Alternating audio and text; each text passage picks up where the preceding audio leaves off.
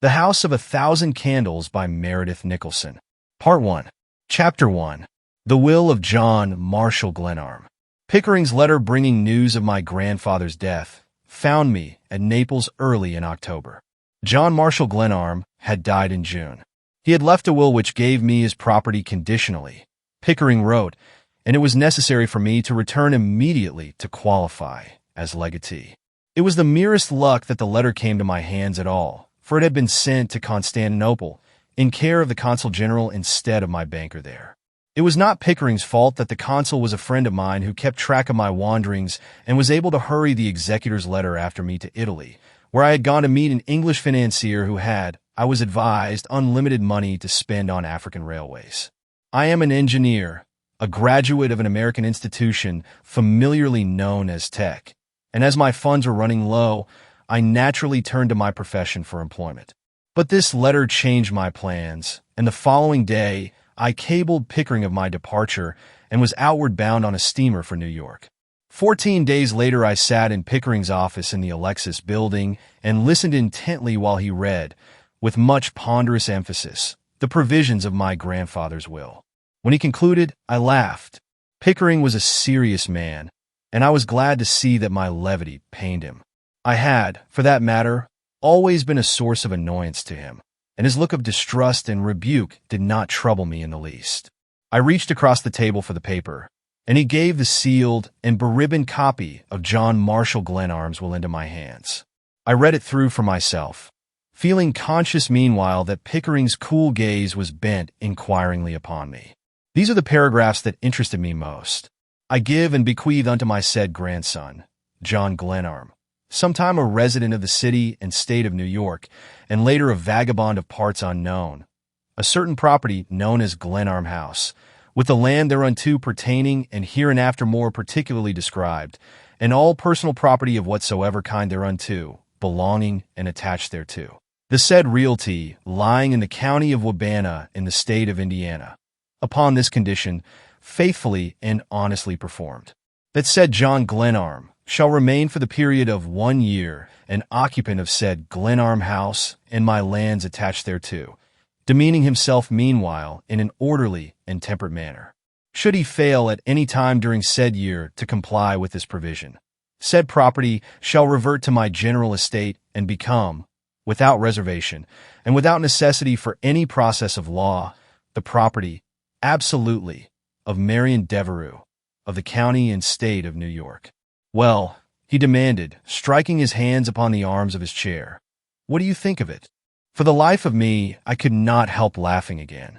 There was, in the first place, a delicious irony in the fact that I should learn through him of my grandfather's wishes with respect to myself. Pickering and I had grown up in the same town in Vermont. We had attended the same preparatory school, but there had been from boyhood a certain antagonism between us.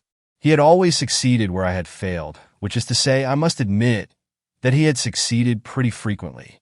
When I refused to settle down to my profession, but chose to see something of the world first, Pickering gave himself seriously to the law, and there was, I knew from the beginning, no manner of chance that he would fail. I am not more or less than human, and I remembered with joy that once I had thrashed him soundly at the prep school for bullying a smaller boy, but our score from school days was not without tallies on his side. He was easily the better scholar, I grant him that, and he was shrewd and plausible.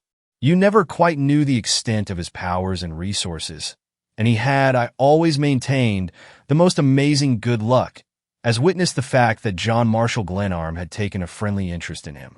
It was wholly like my grandfather, who was a man of many whims, to give his affairs into Pickering's keeping, and I could not complain, for I had missed my own chance with him.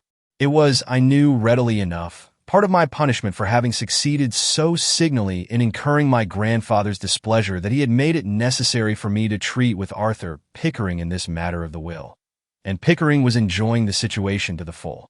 He sank back in his chair with an air of complacency that had always been insufferable in him. I was quite willing to be patronized by a man of years and experience, but Pickering was my own age, and his experience of life seemed to me preposterously inadequate. To find him settled in New York, where he had been established through my grandfather's generosity, and the executor of my grandfather's estate, was hard to bear. But there was something not wholly honest in my mirth, for my conduct during the 3 preceding years had been reprehensible.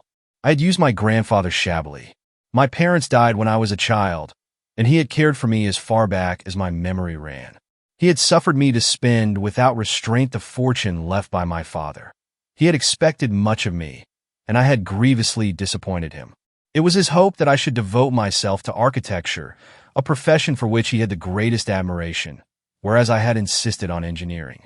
I am not writing an apology for my life, and I shall not attempt to extenuate my conduct in going abroad at the end of my course at Tech and when I made Lawrence Donovan's acquaintance in setting off with him on a career of adventure. I do not regret, though possibly it would be more to my credit if I did, the months spent leisurely following the Danube east of the Iron Gate. Lawrence Donovan always with me, while we urged the villagers and inn loafers to all manner of sedition, acquitting ourselves so well that, when we came out into the Black Sea for further pleasure, Russia did us the honor to keep a spy at our heels.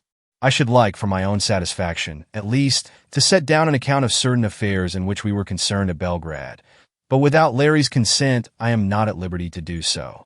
Nor shall I take time here to describe our travels in Africa, though our study of the Atlas Mountain dwarfs won us honorable mention by the British Ethnological Society. These were my yesterdays, but today I sat in Arthur Pickering's office in the towering Alexis building, conscious of the muffled roar of Broadway, discussing the terms of my grandfather Glenarm's will with a man whom I disliked as heartily as it is safe for one man to dislike another. Pickering had asked me a question, and I was suddenly aware that his eyes were fixed upon me and that he awaited my answer. What do I think of it? I repeated. I don't know that it makes any difference what I think, but I'll tell you if you want to know that I call it infamous, outrageous, that a man should leave a ridiculous will of that sort behind him. All the old moneybags who pile up fortunes magnify the importance of their money. They imagine that every kindness, every ordinary courtesy shown them, is merely a bid for a slice of the cake. I'm disappointed in my grandfather. He was a splendid old man, though God knows he had his queer ways. I'll bet $1,000, if I have so much money in the world, that this scheme is yours, Pickering, and not his. It smacks of your ancient vindictiveness, and John Marshall Glenarm had none of that in his blood. That stipulation about my residence out there is fantastic. I don't have to be a lawyer to know that, and no doubt I could break the will. I've a good notion to try it, anyhow. To be sure, you can tie up the estate for 6 years if you like, he replied coolly.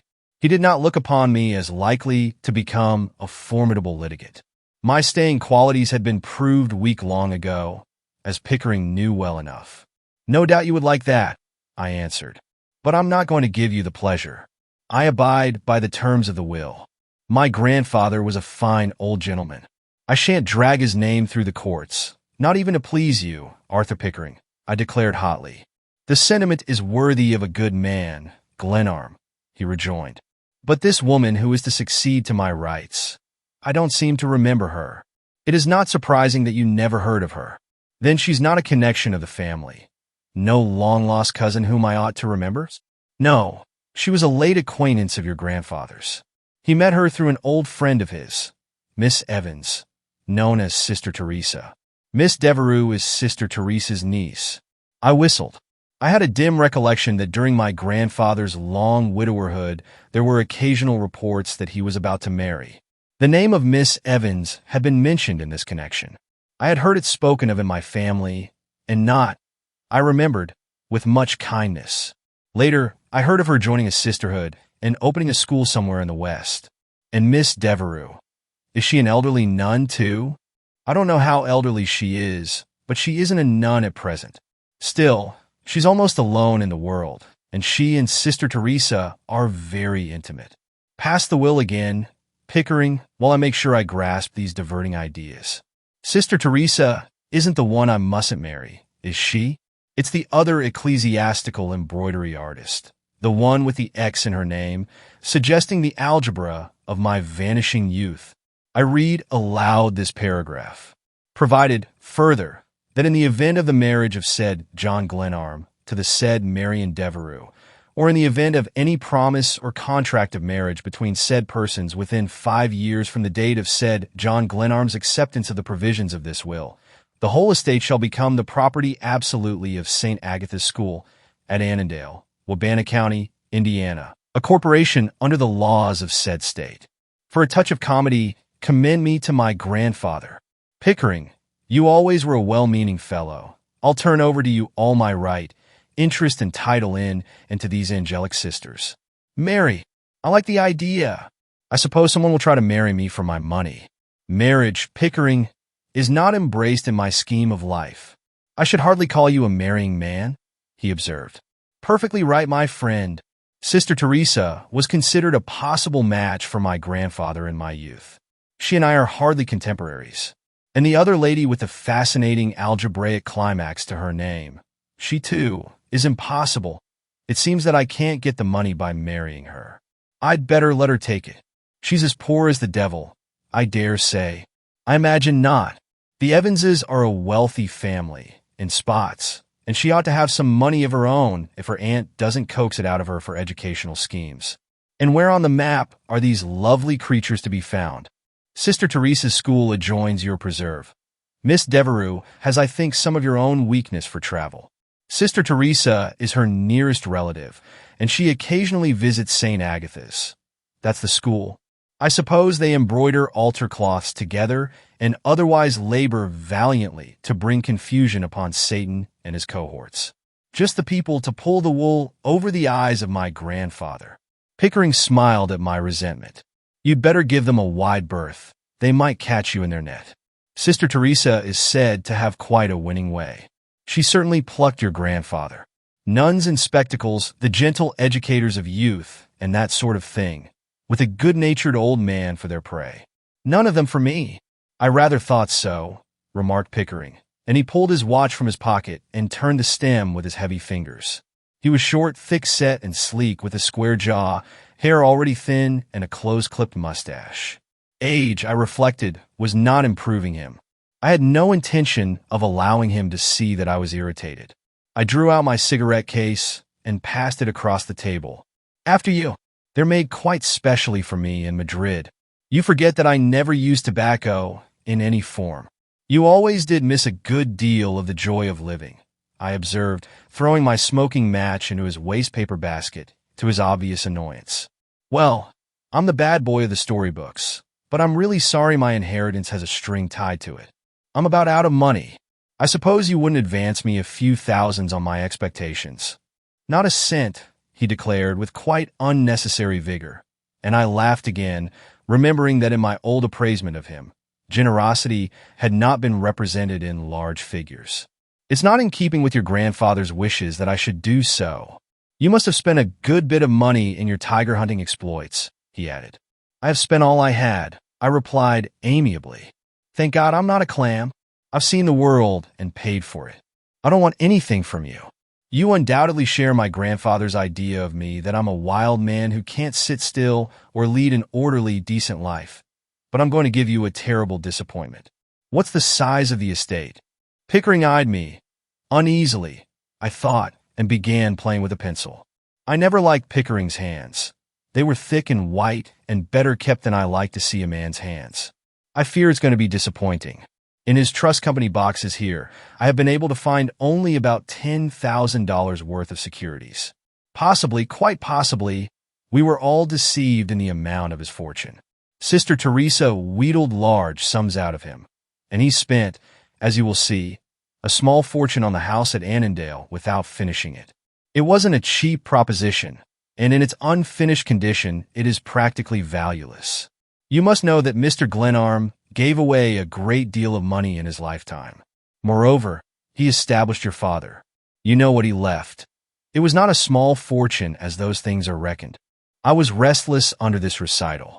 My father's estate had been of respectable size, and I had dissipated the whole of it. My conscience pricked me as I recalled an item of $40,000 that I had spent, somewhat grandly, on an expedition that I led, with considerable satisfaction to myself, at least through the Sudan. But Pickering's words amazed me. Let me understand you, I said, bending toward him. My grandfather was supposed to be rich, and yet you tell me you find little property. Sister Teresa got money from him to help build a school. How much was that? $50,000. It was an open account. His books show the advances, but he took no notes. And that claim is worth. It is good as against her individually. But she contends. Yes, go on. I had struck the right note.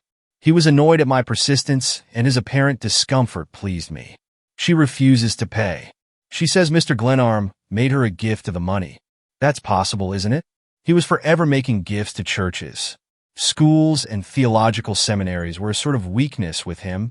That is quite true, but this account is among the assets of the estate. It's my business as executor to collect it. We'll pass that. If you get this money, the estate is worth $60,000, plus the value of the land out there at Annandale, and Glenarm House is worth. There you have me. It was the first lightness he had shown, and it put me on guard. I should like an idea of its value. Even an unfinished house is worth something. Land out there is worth from $100 to $150 an acre. There's an even 100 acres. I'll be glad to have your appraisement of the house when you get there. Humph! You flatter my judgment, Pickering. The loose stuff there is worth how much? It's all in the library. Your grandfather's weakness was architecture. So I remember. I interposed, recalling my stormy interviews with John Marshall Glenarm over my choice of a profession. In his last years, he turned more and more to his books. He placed out there what is, I suppose, the finest collection of books relating to architecture to be found in this country. That was his chief hobby, after church affairs, as you may remember, and he wrote it hard. But he derived a great deal of satisfaction from his studies. I laughed again. It was better to laugh than to cry over the situation. I suppose he wanted me to sit down there, surrounded by works on architecture, with the idea that a study of the subject would be my only resource. The scheme is eminently Glenarmian, and all I get is a worthless house, 100 acres of land, $10,000, and a doubtful claim against a Protestant nun who hoodwinked my grandfather into setting up a school for her. Bless your heart, man. So far as my inheritance is concerned, it would have been money in my pocket to have stayed in Africa. That's about the size of it. But the personal property is all mine. Anything that's loose on the place. Perhaps my grandfather planted old plate and government bonds just to pique the curiosity of his heirs, successors, and assigns. It would be in keeping. I had walked to the window and looked out across the city. As I turned suddenly, I found Pickering's eyes bent upon me with curious intentness. I had never liked his eyes. They were too steady. When a man always meets your gaze tranquilly and readily, it is just as well to be wary of him. Yes, no doubt you will find the place literally packed with treasure, he said and laughed. When you find anything, you might wire me. He smiled. The idea seemed to give him pleasure. Are you sure there's nothing else? I asked. No substitute? No codicils? If you know of anything of the kind, it's your duty to produce it. We have exhausted the possibilities. I'll admit that the provisions of the will are unusual. Your grandfather was a peculiar man in many respects, but he was thoroughly sane and his faculties were all sound to the last. He treated me a lot better than I deserved, I said, with a heartache that I had not known often in my irresponsible life. But I could not afford to show feeling before Arthur Pickering. I picked up the copy of the will and examined it. It was undoubtedly authentic. It bore the certificate of the clerk of Wabana County, Indiana. The witnesses were Thomas Bates and Arthur Pickering. Who is Bates? I asked, pointing to the man's signature. One of your grandfather's discoveries. He's in charge of the house out there, and a trustworthy fellow. He's a fair cook, among other things. I don't know where Mr. Glenarm got Bates, but he had every confidence in him. The man was with him at the end, a picture of my grandfather dying, alone with a servant, while I, his only kinsman, wandered in strange lands, was not one that I could contemplate with much satisfaction. My grandfather had been an odd little figure of a man, who always wore a long black coat and a silk hat, and carried a curious silver-headed staff, and said puzzling things at which everybody was afraid either to laugh or to cry. He refused to be thanked for favors, though he was generous and helpful and constantly performing kind deeds. His whimsical philanthropies were often described in the newspapers.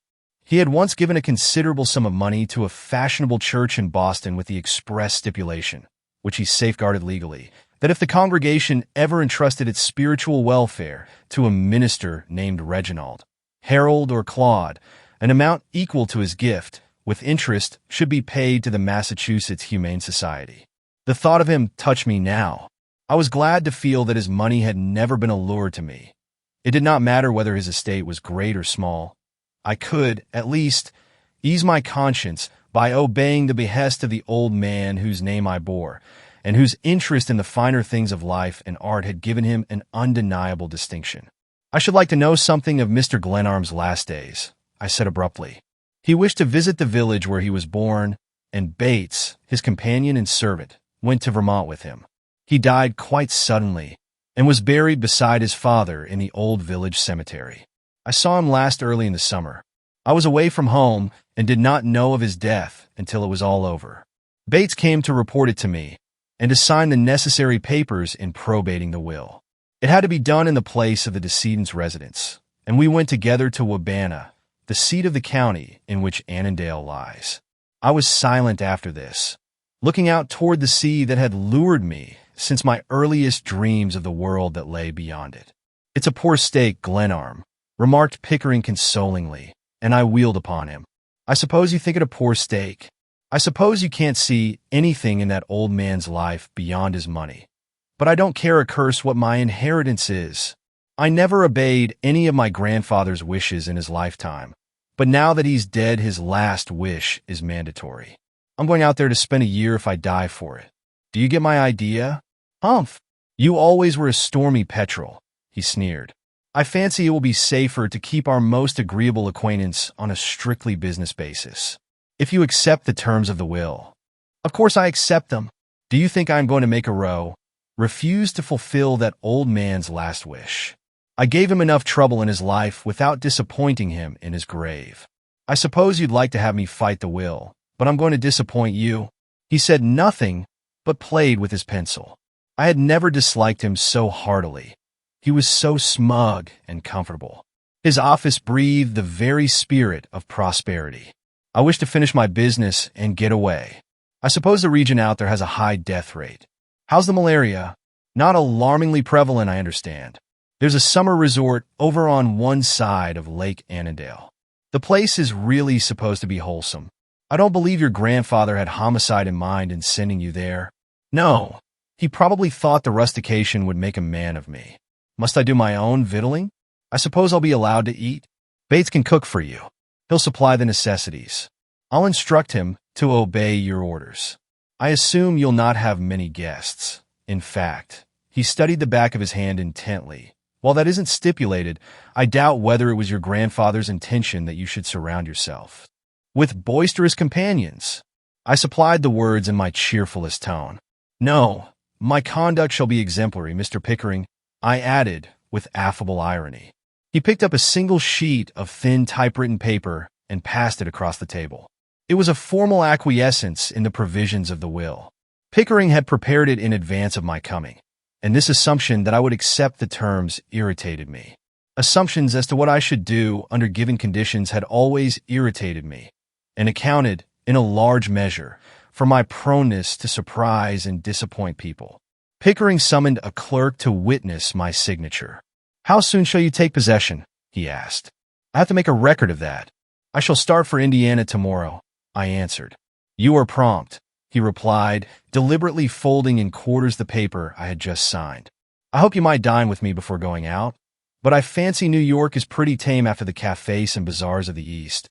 His reference to my wanderings angered me again, for here was the point at which I was most sensitive. I was 27 and had spent my patrimony. I had tasted the bread of many lands, and I was doomed to spend a year qualifying myself for my grandfather's legacy by settling down on an abandoned and lonely Indiana farm that I had never seen and had no interest in whatever. As I rose to go, Pickering said, "It will be sufficient if you drop me a line, say once a month, to let me know you are there. The post office is Annandale. I suppose I might file a supply of postal cards in the village and arrange for the mailing of one every month. It might be done that way, be answered evenly. We may perhaps meet again if I don't die of starvation or ennui." Goodbye. We shook hands stiffly, and I left him, going down in an elevator filled with eager-eyed, anxious men. I, at least, had no cares of business. It made no difference to me whether the market rose or fell. Something of the spirit of adventure that had been my curse quickened in my heart as I walked through crowded Broadway past Trinity Church to a bank and drew the balance remaining on my letter of credit. I received in currency slightly less than $1,000. As I turned from the teller's window, I ran into the arms of the last man in the world I expected to see. This, let it be remembered, was in October of the year of our Lord, 1901. Chapter 2. A Face at Sherry's. "Don't mention my name and thou lovest me," said Lawrence Donovan, and he drew me aside, ignored my hand, and otherwise threw into our meeting a casual quality that was somewhat amazing in view of the fact that we had met last at Cairo. Allah. It was undoubtedly Larry. I felt the heat of the desert and heard the camel drivers cursing and our Sudanese guides plotting mischief under a window far away. "Well," we both exclaimed interrogatively. He rocked gently back and forth, with his hands in his pockets, on the tile floor of the banking house.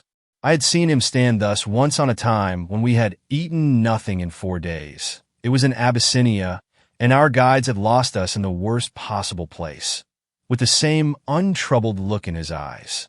"Please don't appear surprised or scared or anything, Jack," he said with his delicious intonation. "I saw a fellow looking for me an hour or so ago. He's been at it for several months, hence my presence on these shores of the brave and the free. He's probably still looking, as he's a persistent devil.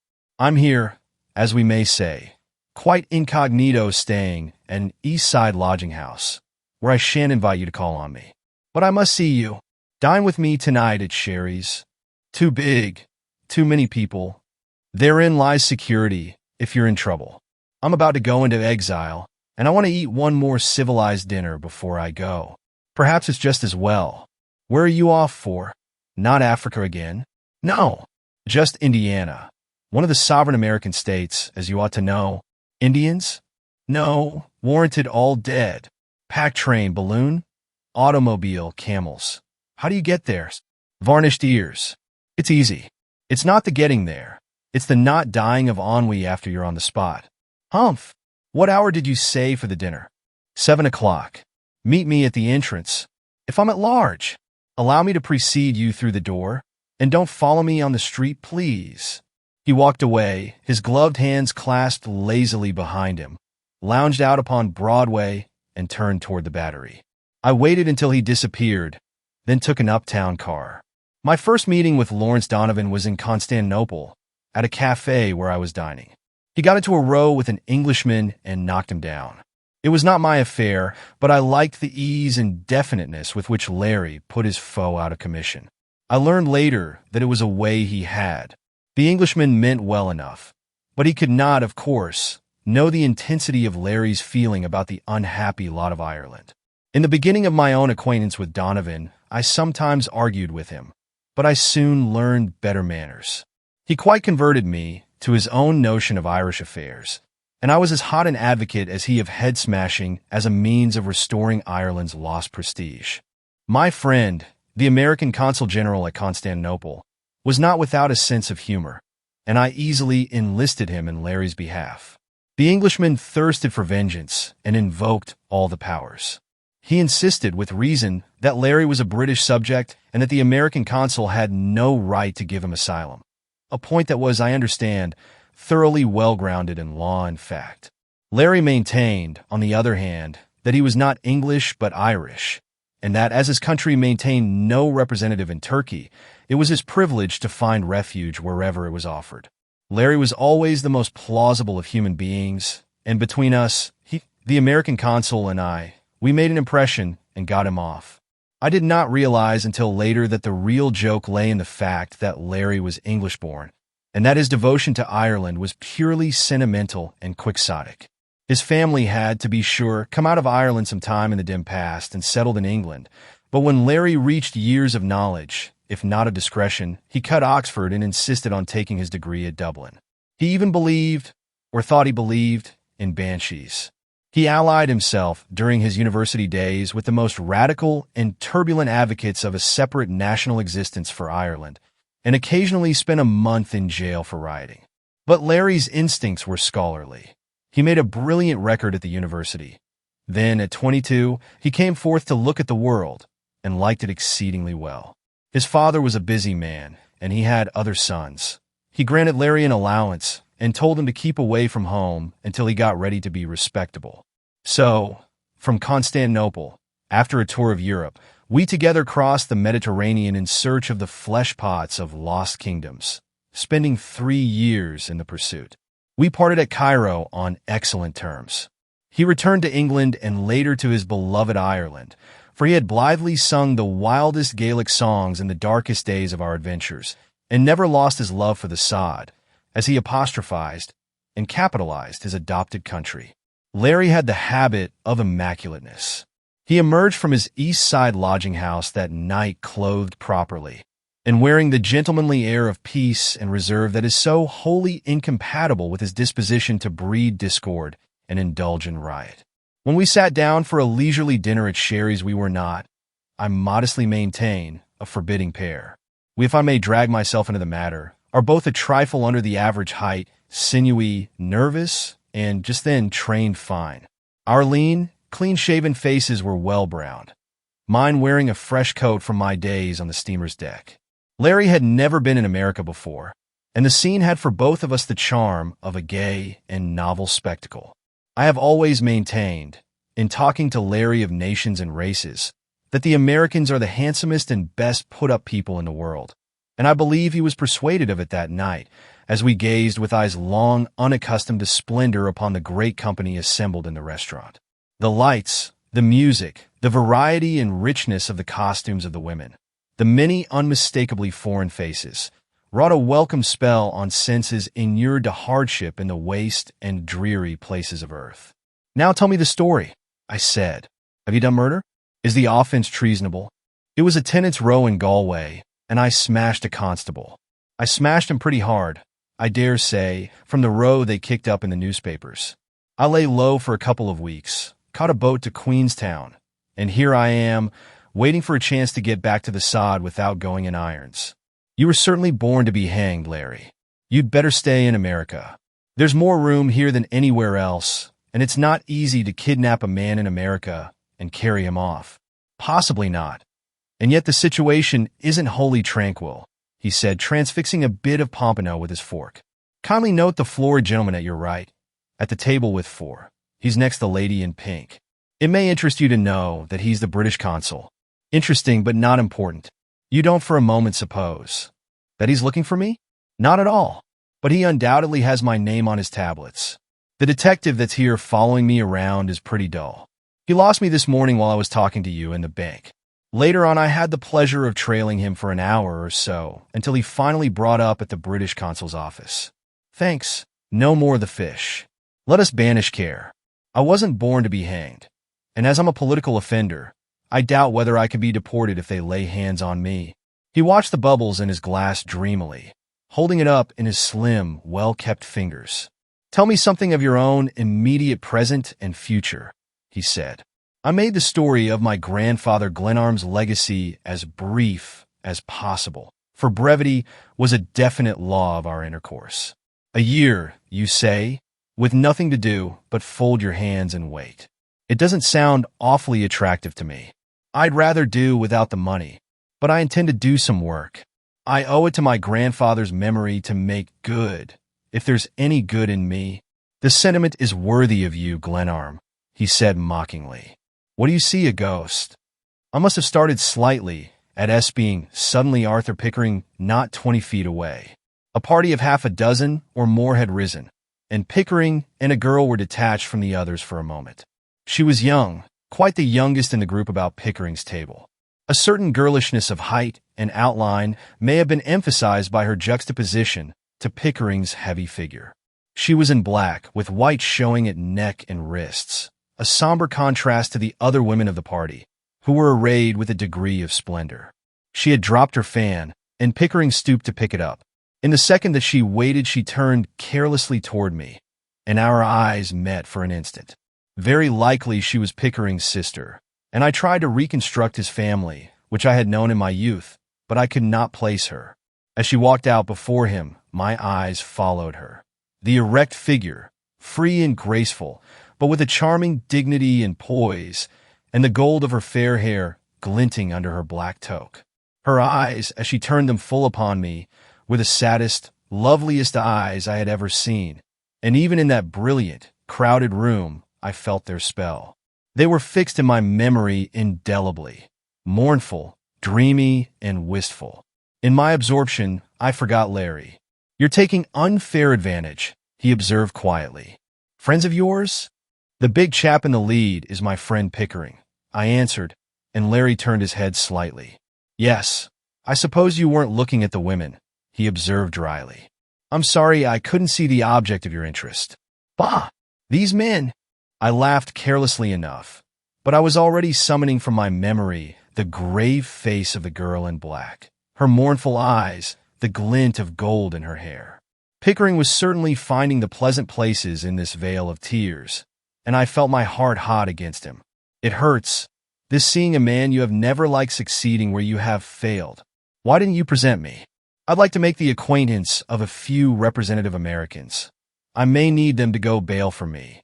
Pickering didn't see me, for one thing, and for another he wouldn't go bail for you or me if he did. He isn't built that way. Larry smiled quizzically. You needn't explain further. The sight of the lady has shaken you. She reminds me of Tennyson, the star-like sorrows of immortal eyes, and the rest of it ought to be a solemn warning to you. Many drew swords and died, and calamity followed in her train. Bah! These women! I thought you were past all that. I don't know why a man should be past it at 27. Besides, Pickering's friends are strangers to me. But what became of that Irish Colleen you used to moon over? Her distinguishing feature, as I remember her photograph, was a short upper lip. You used to force her upon me frequently when we were in Africa. Humph! When I got back to Dublin, I found that she had married a brewer's son. Think of it, put not your faith in a short upper lip. Her face never inspired any confidence in me. That will do, thank you. I'll have a bit more of that mayonnaise if the waiter isn't dead. I think you said your grandfather died in June. A letter advising you of the fact reached you at Naples in October. Has it occurred to you that there was quite an interim there? What, may I ask, was the executor doing all that time? You may be sure he was taking advantage of the opportunity to look for the red gold. I suppose you didn't give him a sound drubbing for not keeping the cables hot with inquiries for you. He eyed me in that disdain for my stupidity, which I have never suffered from any other man. Well, no. To tell the truth, I was thinking of other things during the interview. Your grandfather should have provided a guardian for you, lad. You oughtn't to be trusted with money. Is that bottle empty? Well, if that person with the fat neck was your friend Pickering, I'd have a care of what's coming to me. I'd be quite sure that Mr. Pickering hadn't made away with the old gentleman's boodle, or that it didn't get lost on the way from him to me. The time's running now, and I'm in for the year. My grandfather was a fine old gentleman, and I treated him like a dog. I'm going to do what he directs, and that will no matter what the size of the reward may be. Certainly, that's the eminently proper thing for you to do. But keep your wits about you. If a fellow with that neck can't find money where money has been known to exist, it must be buried pretty deep. Your grandfather was a trifle eccentric, I judge, but not a fool by any manner of means. The situation appeals to my imagination, Jack. I like the idea of it, the lost treasure and the whole business. Lord, what salad that is. Cheer up, comrade. You're as grim as an owl. Whereupon we fell to talking of people and places we had known in other lands. We spent the next day together, and in the evening, at my hotel, he criticized my effects while I packed, in his usual ironical vein. You're not going to take those things with you, I hope. He indicated the rifles and several revolvers which I brought from the closet and threw upon the bed. They make me homesick for the jungle. He drew from its cover the heavy rifle I had used last on a leopard hunt and tested its weight. Precious little use you'll have for this. Better let me take it back to the sod to use on the landlords. I say, Jack, are we never to seek our fortunes together again? We hit it off pretty well, old man. Come to think of it, I don't like to lose you. He bent over the straps of the rifle case with unnecessary care, but there was a quaver in his voice that was not like Larry Donovan. "Come with me now," I exclaimed, wheeling upon him. "I'd rather be with you than with any other living man, Jack Glenarm, but I can't think of it. I have my own troubles, and moreover, you've got to stick it out there alone. It's part of the game the old gentleman set up for you, as I understand it. Go ahead, collect your fortune, and then, if I haven't been hanged in the meantime, we'll join forces later. There's no chap anywhere with a pleasanter knack at spending money than your old friend LD." He grinned, and I smiled ruefully, knowing that we must soon part again, for Larry was one of the few men I had ever called friend, and this meeting had only quickened my old affection for him. "I suppose," he continued, "you accept as gospel truth what that fellow tells you about the estate. I should be a little wary if I were you. Now, I've been kicking around here for a couple of weeks, dodging the detectives and incidentally reading the newspapers. Perhaps you don't understand that this estate of John Marshall Glenarm has been talked about a good bit." "I didn't know it," I admitted lamely. Larry had always been able to instruct me about most matters. It was wholly possible that he could speak wisely about my inheritance. "You couldn't know when you were coming from the Mediterranean on a steamer. But the house out there and the mysterious disappearance of the property have been duly discussed. You're evidently an object of some public interest," and he drew from his pocket a newspaper cutting. "Here's a sample item." He read, "John Glenarm, the grandson of John Marshall Glenarm, the eccentric millionaire who died suddenly in Vermont last summer, arrived on the Maxinkuckee from Naples yesterday. Under the terms of his grandfather's will, Glenarm is required to reside for a year at a curious house established by John Marshall Glenarm near Lake Annandale, Indiana. This provision was made, according to friends of the family, to test young Glenarm's staying qualities, as he has, since his graduation from the Massachusetts Institute of Technology 5 years ago, distributed a considerable fortune left him by his father in contemplating the wonders of the old world. It is reported, that will do. Signs and wonders I have certainly beheld, and if I spent the money, I submit that I got my money back. I paid my bill and took a hansom for the ferry, Larry with me, chaffing away drolly with his old zest. He crossed with me, and as the boat drew out into the river, a silence fell upon us, the silence that is possible only between old friends. As I looked back at the lights of the city, something beyond the sorrow at parting from a comrade touched me. A sense of foreboding, of coming danger, crept into my heart. But I was going upon the tamest possible excursion. For the first time in my life, I was submitting to the direction of another, albeit one who lay in the grave. How like my grandfather it was, to die leaving this compulsion upon me. My mood changed suddenly, and as the boat bumped at the pier, I laughed. "Bah! These men!" ejaculated Larry. "What men?" I demanded, giving my bags to a porter. "These men who are in love," he said. "I know the signs. Mooning, silence, sudden, inexplicable laughter. I hope I'll not be in jail when you're married. You'll be in a long time if they hold you for that. Here's my train." We talked of old times and of future meetings during the few minutes that remained. "You can write me at my place of rustication," I said, scribbling Annandale, Wabana County, Indiana, on a card. "Now, if you need me at any time, I'll come to you wherever you are. You understand that, old man. Goodbye. Write me care of my father. He'll have my address, though this last row of mine made him pretty hot." I passed through the gate and down the long train to my sleeper. Turning, with my foot on the step, I waved a farewell to Larry, who stood outside watching me. In a moment, the heavy train was moving slowly out into the night upon its westward journey. Chapter 3. The House of 1,000 Candles. Annandale derives its chief importance from the fact that 2 railway lines intersect there. The Chicago Express paused only for a moment while the porter deposited my things beside me on the platform. Light streamed from the open door of the station. A few idlers paced the platform, staring into the windows of the cars. The village hackman languidly solicited my business. Suddenly, out of the shadows came a tall, curious figure of a man clad in a long ulster. As I write, it is with a quickening of the sensation I received on the occasion of my first meeting with Bates. His lank, gloomy figure rises before me now, and I hear his deep, melancholy voice, as, touching his hat respectfully, be said, "Beg pardon, sir. Is this Mr. Glenarm? I am Bates from Glenarm House. Mr. Pickering wired me to meet you, sir. Yes, to be sure, I said. The hackman was already gathering up my traps, and I gave him my trunk checks. How far is it? I asked, my eyes resting, a little regretfully, I must confess, on the rear lights of the vanishing train. 2 miles, sir, Bates replied. There's no way over but the hack in winter. In summer the steamer comes right into our dock. My legs need stretching. I'll walk, I suggested, drawing the cool air into my lungs. It was a still, starry October night, and its freshness was grateful after the hot sleeper. Bates accepted the suggestion without comment.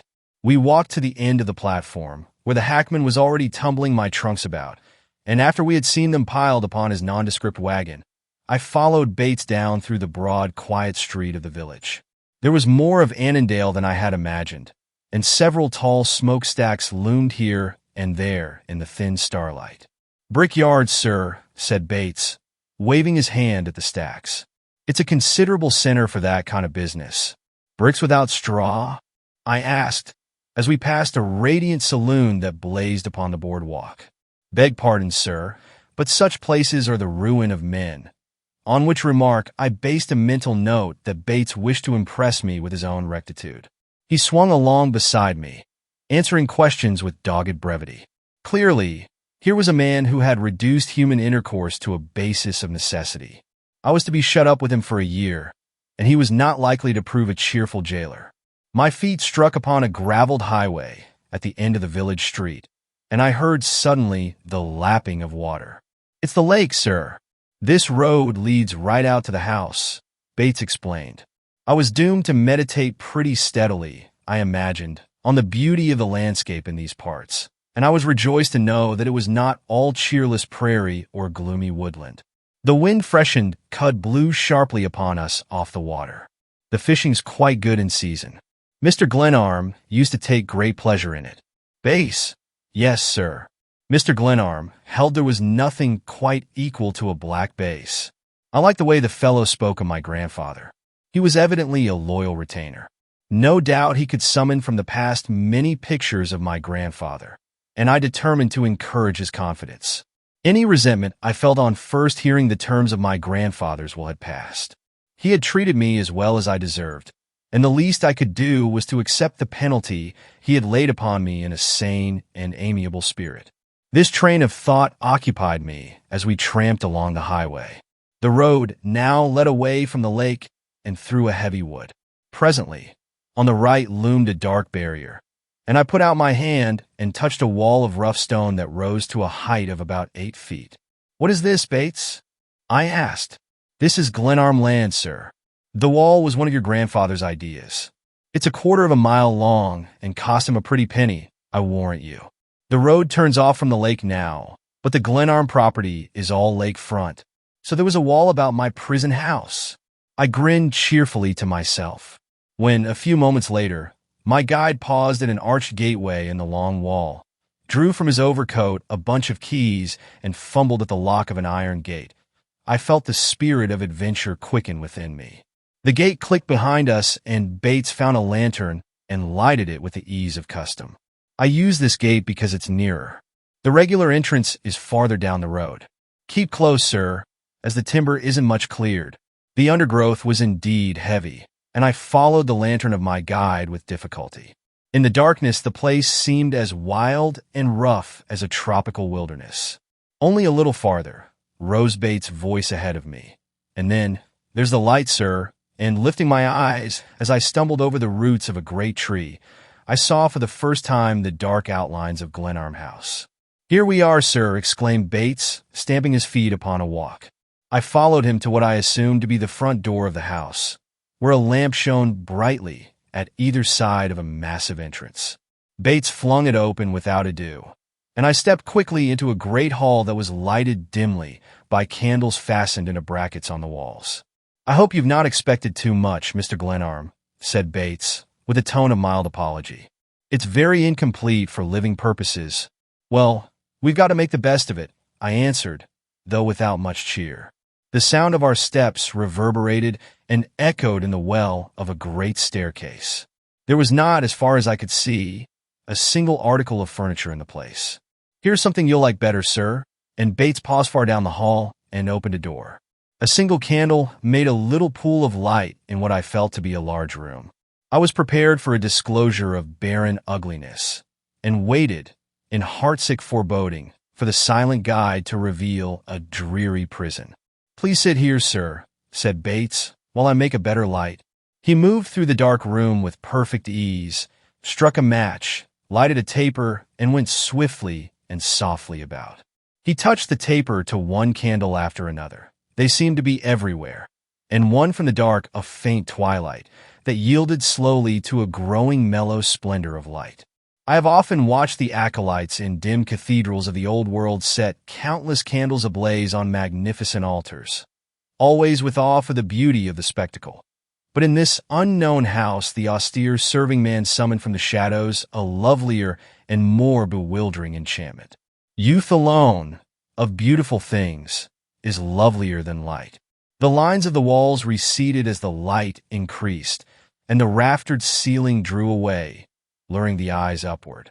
I rose with a smothered exclamation on my lips and stared about, snatching off my hat in reverence as the spirit of the place wove its spell about me. Everywhere there were books. They covered the walls to the ceiling, with only long French windows and an enormous fireplace breaking the line. Above the fireplace, a massive dark oak chimney breast further emphasized the grand scale of the room. From every conceivable place, from shelves built for the purpose, from brackets that thrust out long arms among the books, from a great crystal chandelier suspended from the ceiling, and from the breast of the chimney, innumerable candles blazed with dazzling brilliancy. I exclaimed in wonder and pleasure as Bates paused, his sorcerer's wand in hand. Mr. Glenarm was very fond of candlelight. He liked to gather up candlesticks, and his collection is very fine. He called his place the House of 1,000 Candles. There's only about 100 here, but it was one of his conceits that when the house was finished there would be 1,000 lights. He had quite a joking way, your grandfather. It suited his humor to call it 1,000. He enjoyed his own pleasantries, sir. "I fancy he did," I replied, staring in bewilderment. "Oil lamps might be more suited to your own taste, sir. But your grandfather would not have them. Old brass and copper were specialties with him, and he had a particular taste, Mr. Glenarm had, in glass candlesticks. He held that the crystal was most effective of all. I'll go and let in the baggage man, and then serve you some supper." He went somberly out, and I examined the room with amazed and delighted eyes. It was 50 feet long and half as wide. The hardwood floor was covered with handsome rugs.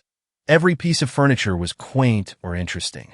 Carved in the heavy oak paneling above the fireplace, in large Old English letters, was the inscription, "The Spirit of Man is the candle of the Lord." And on either side, great candelabras sent long arms across the hearth. All the books seemed related to architecture. German and French works stood side by side among those by English and American authorities. I found archaeology represented in a division where all the titles were Latin or Italian. I opened several cabinets that contained sketches and drawings, all in careful order, and in another I found an elaborate card catalog, evidently the work of a practiced hand. The minute examination was too much for me. I threw myself into a great chair that might have been spoiled from a cathedral, satisfied to enjoy the general effect. To find an apartment so handsome and so marked by good taste in the midst of an Indiana wood staggered me. To be sure, in approaching the house, I had seen only a dark bulk that conveyed no sense of its character or proportions, and certainly the entrance hall had not prepared me for the beauty of this room. I was so lost in contemplation that I did not hear a door open behind me. The respectful, mournful voice of Bates announced, "There's a bite ready for you, sir." I followed him through the hall to a small, high wainscoted room where a table was simply set. This is what Mr. Glenarm called the refectory. The dining room, on the other side of the house, is unfinished. He took his own meals here.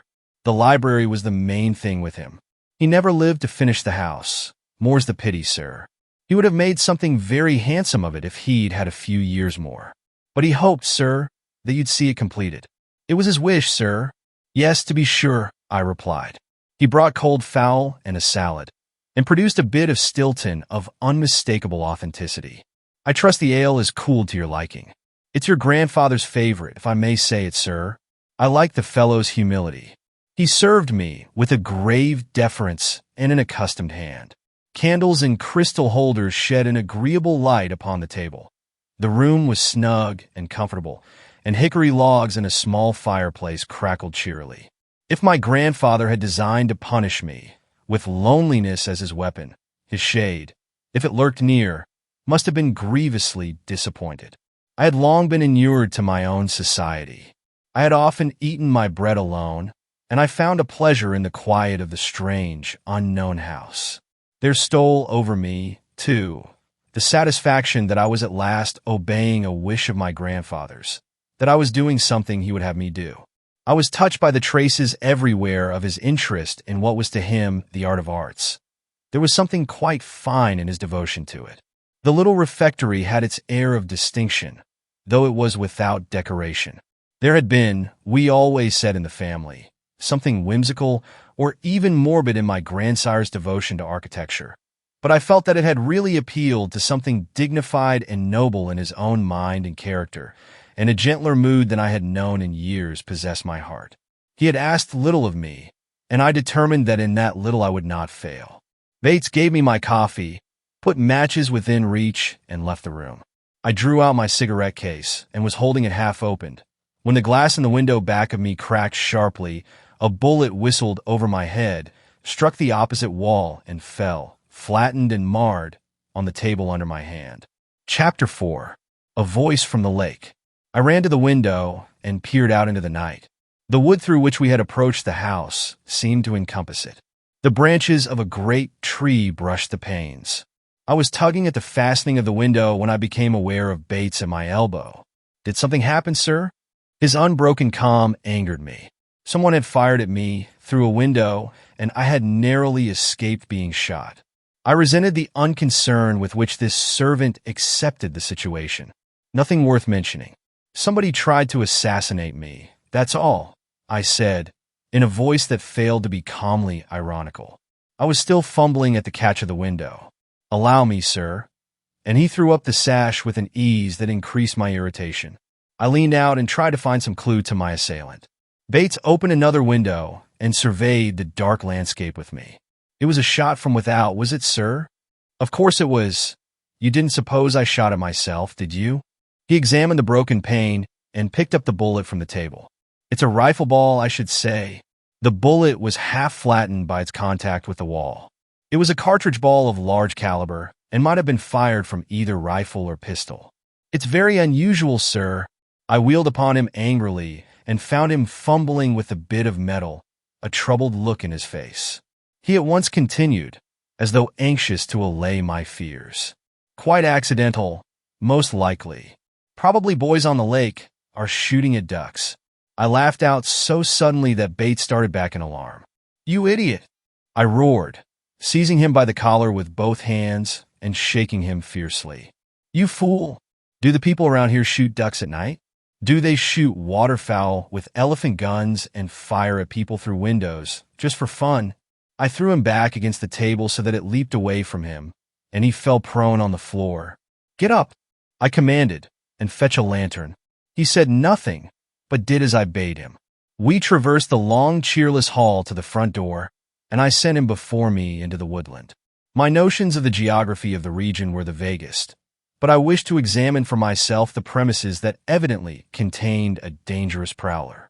I was very angry, and my rage increased as I followed Bates, who had suddenly retired within himself.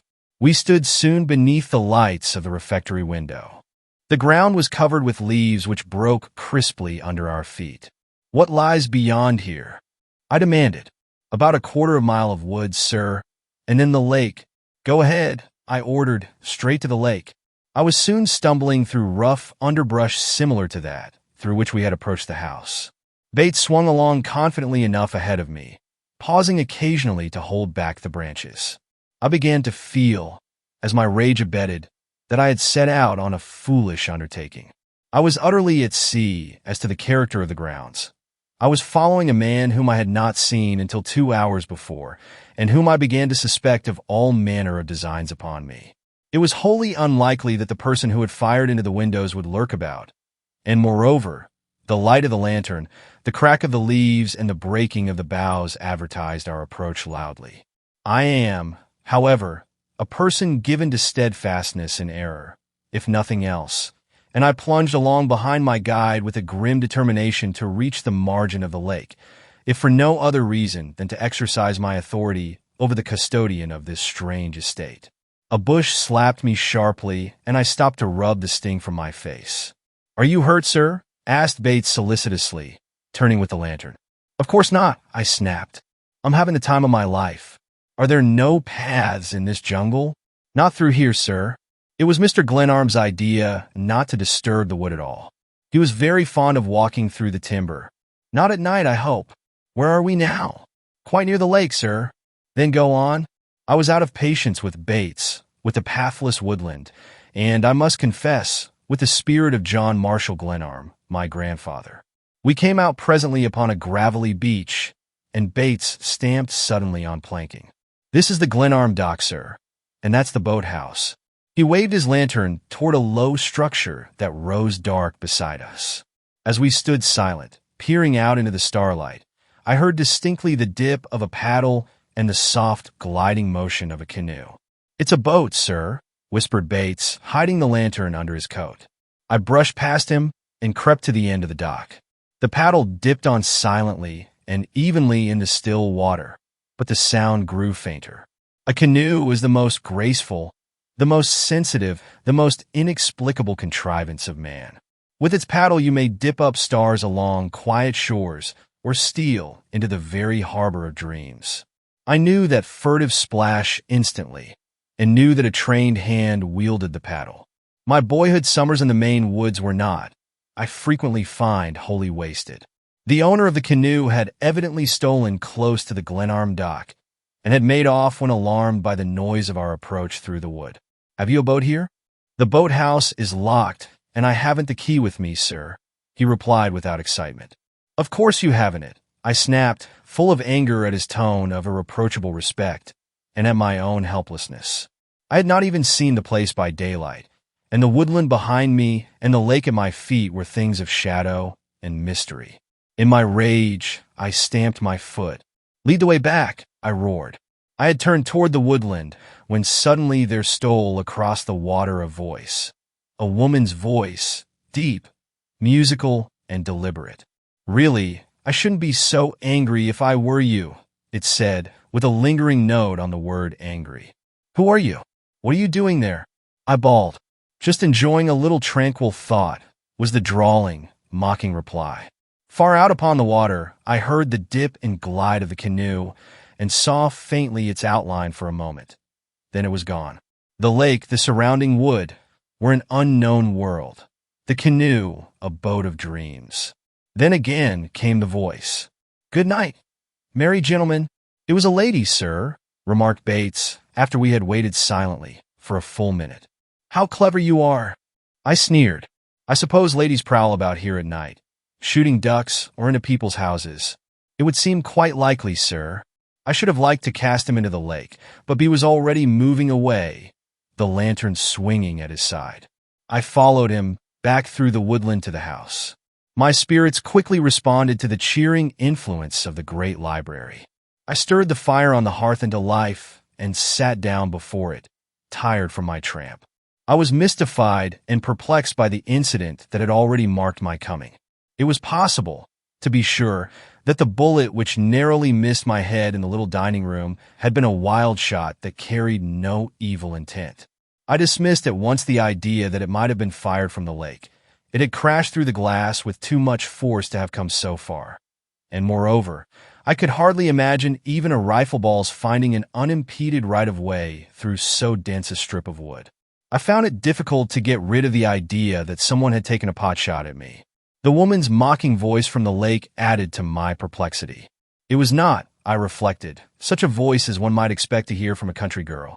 Nor could I imagine any errand that would excuse a woman's presence abroad on an October night, whose cool air inspired first confidences with fire and lamp. There was something haunting in that last cry across the water. It kept repeating itself over and over in my ears. It was a voice of quality, of breeding and charm. Good night, merry gentlemen.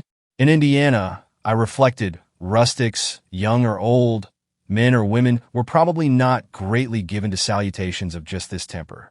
Bates now appeared. Beg pardon, sir, but your room's ready whenever you wish to retire. I looked about in search of a clock. There are no timepieces in the house, Mr. Glenarm. Your grandfather was quite opposed to them. He had a theory, sir, that they were conducive, as he said, to idleness. He considered that a man should work by his conscience, sir, and not by the clock, the one being more exacting than the other. I smiled as I drew out my watch, as much at Bates' solemn tones and grim, lean visage as at his quotation from my grandsire. But the fellow puzzled and annoyed me. His unobtrusive black clothes, his smoothly brushed hair, his shaven face, awakened an antagonism in me. Bates, if you didn't fire that shot through the window, who did? Will you answer me that? Yes, sir. If I didn't do it, it's quite a large question who did. I'll grant you that, sir. I stared at him. He met my gaze directly without flinching, nor was there anything insolent in his tone or attitude. He continued, I didn't do it, sir. I was in the pantry when I heard the crash in the refectory window. The bullet came from out of doors, as I should judge, sir. The facts and conclusions were undoubtedly with Bates, and I felt that I had not acquitted myself creditably in my effort to fix the crime on him. My abuse of him had been tactless, to say the least, and I now tried another line of attack. Of course, Bates, I was merely joking. What's your own theory of the matter? I have no theory, sir. Mr. Glenarm always warned me against theories. He said, if you will pardon me, there was great danger in the speculative mind. The man spoke with a slight Irish accent, which in itself puzzled me. I have always been attentive to the peculiarities of speech, and his was not the brogue of the Irish servant class. Larry Donovan, who was English-born, used on occasions an exaggerated Irish dialect that was wholly different from the smooth, liquid tones of Bates. But more things than his speech were to puzzle me in this man. The person in the canoe? How do you account for her? I asked. I haven't accounted for her, sir. There's no women on these grounds, or any sort of person except ourselves.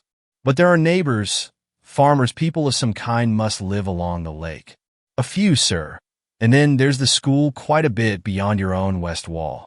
His slight reference to my proprietorship, my own wall, as he put it, pleased me. Oh yes, there is a school, girls? Yes, Mr. Pickering mentioned it. But the girls hardly paddle on the lake at night, at this season. Hunting ducks, should you say, Bates? I don't believe they do any shooting, Mr. Glenarm. It's a pretty strict school, I judge, sir, from all accounts. And the teachers, they're all women? They're the Sisters of St. Agatha, I believe they call them. I sometimes see them walking abroad. They're very quiet neighbors, and they go away in the summer usually, except Sister Teresa. The school's her regular home, sir. And there's the little chapel quite near the wall. The young minister lives there, and the gardener's the only other man on the grounds. So my immediate neighbors were Protestant nuns and schoolgirls, with a chaplain and gardener thrown in for variety. Still, the chaplain might be a social resource. There was nothing in the terms of my grandfather's will to prevent my cultivating the acquaintance of a clergyman. It even occurred to me that this might be a part of the game. My soul was to be watched over by a rural priest, while, there being nothing else to do, I was to give my attention to the study of architecture. Bates, my guard and housekeeper, was brushing the hearth with deliberate care. Show me my cell, I said, rising, and I'll go to bed. He brought from somewhere a great brass candelabrum that held a dozen lights, and explained. This was Mr. Glenarm's habit. He always used this one to go to bed with. I'm sure he'd wish you to have it, sir. I thought I detected something like a quaver in the man's voice. My grandfather's memory was dear to him. I reflected, and I was moved to compassion for him. How long were you with Mr. Glenarm, Bates? I inquired as I followed him into the hall. 5 years, sir. He employed me the year you went abroad. I remember very well his speaking of it. He greatly admired you, sir. He led the way, holding the cluster of lights high for my guidance up the broad stairway. The hall above shared the generous lines of the whole house, but the walls were white and hard to the eye. Rough planks had been laid down for a floor, and beyond the light of the candles lay a dark region that gave out ghostly echoes as the loose boards rattled under our feet. "I hope you'll not be too much disappointed, sir," said Bates, pausing a moment before opening a door. "It's all quite unfinished, but comfortable, I should say, quite comfortable. Open the door." He was not my host, and I did not relish his apology. I walked past him into a small sitting room that was, in a way, a miniature of the great library below. Open shelves filled with books lined the apartment to the ceiling on every hand, save where a small fireplace, a cabinet, and table were built into the walls. In the center of the room was a long table with writing materials set in nice order. I opened a handsome case and found that it contained a set of draftsman's instruments. I groaned aloud. Mr. Glenarm preferred this room for working. "The tools were his very own, sir." "The devil they were!" I exclaimed irascibly. I snatched a book from the nearest shelf and threw it open on the table. It was The Tower, its early use for purposes of defense. London, 1816. I closed it with a slam. "The sleeping room is beyond, sir." "I hope." "Don't you hope any more?" I growled. "And it doesn't make any difference whether I'm disappointed or not." "Certainly not, sir," he replied in a tone that made me ashamed of myself. The adjoining bedroom was small and meagerly furnished. The walls were untinted and were relieved only by prints of English cathedrals, French chateaux, and like suggestions of the best things known to architecture. The bed was the commonest iron type, and the other articles of furniture were chosen with a strict regard for utility. My trunks and bags had been carried in, and Bates asked from the door for my commands. "Mr. Glenarm always breakfasted at 7:30, sir, as near as he could hit it without a timepiece, and he was quite punctual. His ways were a little odd, sir. He used to prowl about at night a good deal, and there was no following him." "I fancy I shan't do much prowling," I declared. "And my grandfather's breakfast hour will suit me exactly, Bates. If there's nothing further, sir, that's all." "And Bates—" "Yes, Mr. Glenarm. Of course you understand that I didn't really mean to imply that you had fired that shot at me. I beg you not to mention it, Mr. Glenarm, but it was a little queer. If you should gain any light on the subject, let me know." "Certainly, sir. But I believe, Bates, that we'd better keep the shades down at night. These duck hunters hereabouts are apparently reckless, and you might attend to these now, and every evening hereafter." I wound my watch as he obeyed. I admit that in my heart, I still half suspected the fellow of complicity with the person who had fired at me through the dining room window. It was rather odd, I reflected, that the shades should have been open, though I might account for this by the fact that this curious, unfinished establishment was not subject to the usual laws governing orderly housekeeping. Bates was evidently aware of my suspicions, and he remarked, drawing down the last of the plain green shades, "Mr. Glenarm never drew them, sir. It was a saying of his, if I may repeat his words, that he liked the open. These are eastern windows, and he took a quiet pleasure in letting the light waken him. It was one of his oddities, sir. To be sure. That's all, Bates." He gravely bade me good night, and I followed him to the outer door and watched his departing figure, lighted by a single candle that he had produced from his pocket. I stood for several minutes listening to his step, tracing it through the hall below, as far as my knowledge of the house would permit. Then, in unknown regions, I could hear the closing of doors and drawing of bolts. Verily, my jailer was a person of painstaking habits. I opened my traveling case and distributed its contents on the dressing table. I had carried through all my adventures a folding leather photograph holder containing portraits of my father and mother and of John Marshall Glenarm, my grandfather, and this I set up on the mantel in the little sitting room. I felt tonight as never before how alone I was in the world, and a need for companionship and sympathy stirred in me. It was with a new and curious interest that I peered into my grandfather's shrewd old eyes. He used to come and go fitfully at my father's house, but my father had displeased him in various ways that I need not recite, and my father's death had left me with an estrangement which I had widened by my own acts. Now that I had reached Glenarm, my mind reverted to Pickering's estimate of the value of my grandfather's estate. Although John Marshall Glenarm was an eccentric man, He had been able to accumulate a large fortune, and yet I had allowed the executor to tell me that he had died comparatively poor. In so readily accepting the terms of the will and burying myself in a region of which I knew nothing, I had cut myself off from the usual channels of counsel. If I left the place to return to New York, I should simply disinherit myself.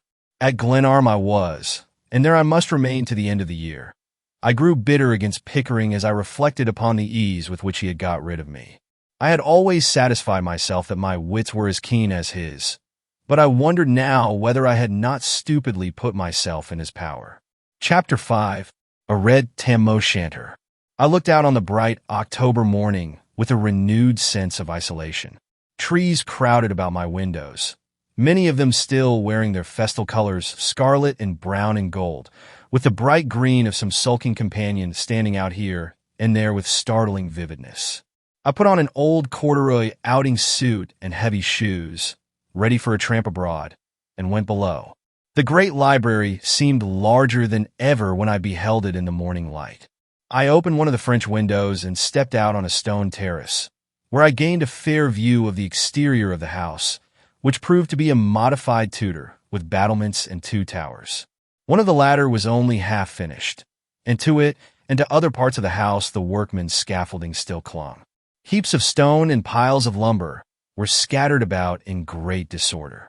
The house extended partly along the edge of a ravine, through which a slender creek ran toward the lake. The terrace became a broad balcony immediately outside the library, and beneath it the water bubbled pleasantly around heavy stone pillars. 2 pretty rustic bridges spanned the ravine, one near the front entrance, the other at the rear. My grandfather had begun his house on a generous plan, but buried as it was among the trees, it suffered from lack of perspective. However, on one side toward the lake was a fair meadow, broken by a water tower, and just beyond the west dividing wall, I saw a little chapel. And still farther, in the same direction, the outlines of the buildings of St. Agatha's were vaguely perceptible in another strip of woodland. The thought of gentle nuns and school girls as neighbors amused me. All I asked was that they should keep to their own side of the wall. I heard behind me the careful step of Bates. "Good morning, Mr. Glenarm. I trust you rested quite well, sir." His figure was as austere, his tone as respectful and colorless as by night. The morning light gave him a pallid cast. He suffered my examination coolly enough. His eyes were, indeed, the best thing about him. "This is what Mr. Glenarm called the platform. I believe it's in Hamlet, sir." I laughed aloud. "Elsinore, a platform before the castle. It was one of Mr. Glenarm's little fancies, you might call it, sir. And the ghost. Where does the murdered majesty of Denmark lie by day? I fear it wasn't provided, sir. As you see, Mr. Glenarm, the house is quite incomplete. My late master had not carried out all his plans." Bates did not smile. I fancied he never smiled, and I wondered whether John Marshall Glenarm had played upon the man's lack of humor. My grandfather had been possessed of a certain grim, ironical gift at jesting, and quite likely he had amused himself by experimenting upon his serving man. "You may breakfast when you like, sir," and thus admonished, I went into the refectory. A newspaper lay at my plate. It was the morning's issue of a Chicago daily. I was then not wholly out of the world, I reflected, scanning the headlines. Your grandfather rarely examined the paper. Mr. Glenarm was more particularly interested in the old times. He wasn't what you might call up to date, if you will pardon the expression, sir. You are quite right about that, Bates. He was a medievalist in his sympathies. Thank you for that word, sir. I've frequently heard him apply it to himself. The plain omelet was a great favor with your grandfather. I hope it is to your liking, sir. It's excellent, Bates. And your coffee is beyond praise. Thank you, Mr. Glenarm. One does what one can, sir. He had placed me so that I faced the windows, an attention to my comfort and safety which I appreciated. The broken pane told the tale of the shot that had so narrowly missed me the night before. "I'll repair that today, sir," Bates remarked, seeing my eyes upon the window. "You know that I'm to spend a year on this place. I assume that you understand the circumstances," I said, feeling it wise that we should understand each other. "Quite so, Mr. Glenarm. I'm a student, you know, and all I want is to be left alone." This I threw in to reassure myself rather than for his information. It was just as well, I reflected, to assert a little authority, even though the fellow undoubtedly represented Pickering and received orders from him. In a day or two, or as soon as I have got used to the place, I shall settle down to work in the library. You may give me breakfast at 7:30, luncheon at 1:30, and dinner at 7. Those were my late master's hours, sir. Very good. And I'll eat anything you please, except mutton broth, meat pie, and canned strawberries. Strawberries in tins, Bates, are not well calculated to lift the spirit of man. I quite agree with you, sir, if you will pardon my opinion. And the bills, they are provided for by Mr. Pickering. He sends me an allowance for the household expenses. So you are to report to him, are you, as heretofore? I blew out a match with which I had lighted a cigar and watched the smoking end intently. I believe that's the idea, sir. It is not pleasant to be under compulsion, to feel your freedom curtailed, to be conscious of espionage. I rose without a word and went into the hall. You may like to have the keys, said Bates, following me. There's 2 for the gates in the outer wall and 1 for the St. Agatha's gate. They're marked, as you see. And here's the hall door key and the boathouse key that you asked for last night. After an hour spent in unpacking, I went out into the grounds. I had thought it well to wire Pickering of my arrival, and I set out for Annandale to send him a telegram. My spirit lightened under the influences of the crisp air and cheering sunshine. What had seemed strange and shadowy at night was clear enough by day. I found the gate through which we had entered the grounds the night before without difficulty. The stone wall was assuredly no flimsy thing. It was built in a thoroughly workmanlike manner, and I mentally computed its probable cost with amazement. There were, I reflected, much more satisfactory ways of spending money than in building walls around Indiana forests. But the place was mine, or as good as mine, and there was no manner of use in quarreling with the whims of my dead grandfather. At the expiration of a year, I could tear down the wall if I pleased, and as to the incomplete house, that I should sell or remodel to my liking. On the whole, I settled into an amiable state of mind. My perplexity over the shot of the night before was passing away under the benign influences of blue sky and warm sunshine. A few farm folk passed me in the highway and gave me good morning in the fashion of the country, inspecting my knickerbockers at the same time with frank disapproval. I reached the lake and gazed out upon its quiet waters with satisfaction. At the foot of Annandale's main street was a dock where several small steam craft and a number of catboats were being dismantled for the winter. As I passed, a man approached the dock in a skiff, landed, and tied his boat. He started toward the village at a quick pace, but turned and eyed me with rustic directness. "Good morning," I said. "Any ducks about?" He paused, nodded, and fell in a step with me. "No, not enough to pay for the trouble. I'm sorry for that. I'd hope to pick up a few. I guess you're a stranger in these parts," he remarked, eyeing me again, my knickerbockers no doubt marking me as an alien. "Quite so. My name is Glenarm, and I've just come. I thought you might be him. We've rather been expecting you here in the village. I'm John Morgan, caretaker of the resorters' houses up the lake. I suppose you all knew my grandfather hereabouts." "Well, yes. You might say as we did, or you might say as we didn't. He wasn't just the sort that you got next to in a hurry. He kept pretty much to himself. He built a wall there to keep us out, but he needn't have troubled himself. We're not the kind around here to meddle, and you may be sure the summer people never bothered him." There was a tone of resentment in his voice, and I hastened to say, "I'm sure you're mistaken about the purposes of that wall. My grandfather was a student of architecture. It was a hobby of his. The house and wall were in the line of his experiments, and to please his whims. I hope the people of the village won't hold any hard feelings against his memory or against me. Why, the labor there must have been a good thing for the people hereabouts." "It ought to have been," said the man gruffly, "but that's where the trouble comes in. He brought a lot of queer fellows here under contract to work for him, Italians or Greeks or some sort of foreigners. They built the wall, and he had them at work inside for half a year. He didn't even let them out for air, and when they finished his job, he loaded them onto a train one day and hauled them away. That was quite like him, I'm sure," I said, remembering with amusement my grandfather's secretive ways. "I guess he was a crank all right," said the man conclusively. It was evident that he did not care to establish friendly relations with the resident of Glenarm. He was about 40, light, with a yellow beard and pale blue eyes. He was dressed roughly and wore a shabby soft hat. "Well, I suppose I'll have to assume responsibility for him and his acts," I remarked, piqued by the fellow's surliness.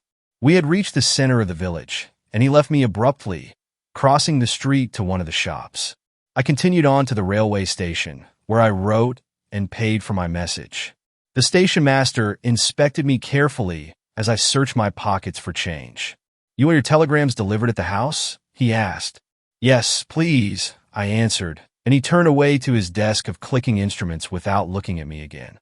It seemed wise to establish relations with the post office, so I made myself known to the girl who stood at the delivery window. "You already have a box," she advised me. "There's a boy carries the mail to your house. Mr. Bates hires him." Bates had himself given me this information, but the girl seemed to find pleasure in imparting it with a certain severity. I then bought a cake of soap at the principal drugstore and purchased a package of smoking tobacco, which I did not need, at a grocery. News of my arrival had evidently reached the villagers. I was conceited enough to imagine that my presence was probably of interest to them, but the station master, the girl at the post office, and the clerks in the shops treated me with an unmistakable cold reserve.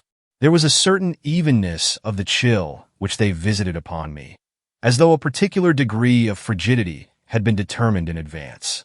I shrugged my shoulders and turned toward Glenarm.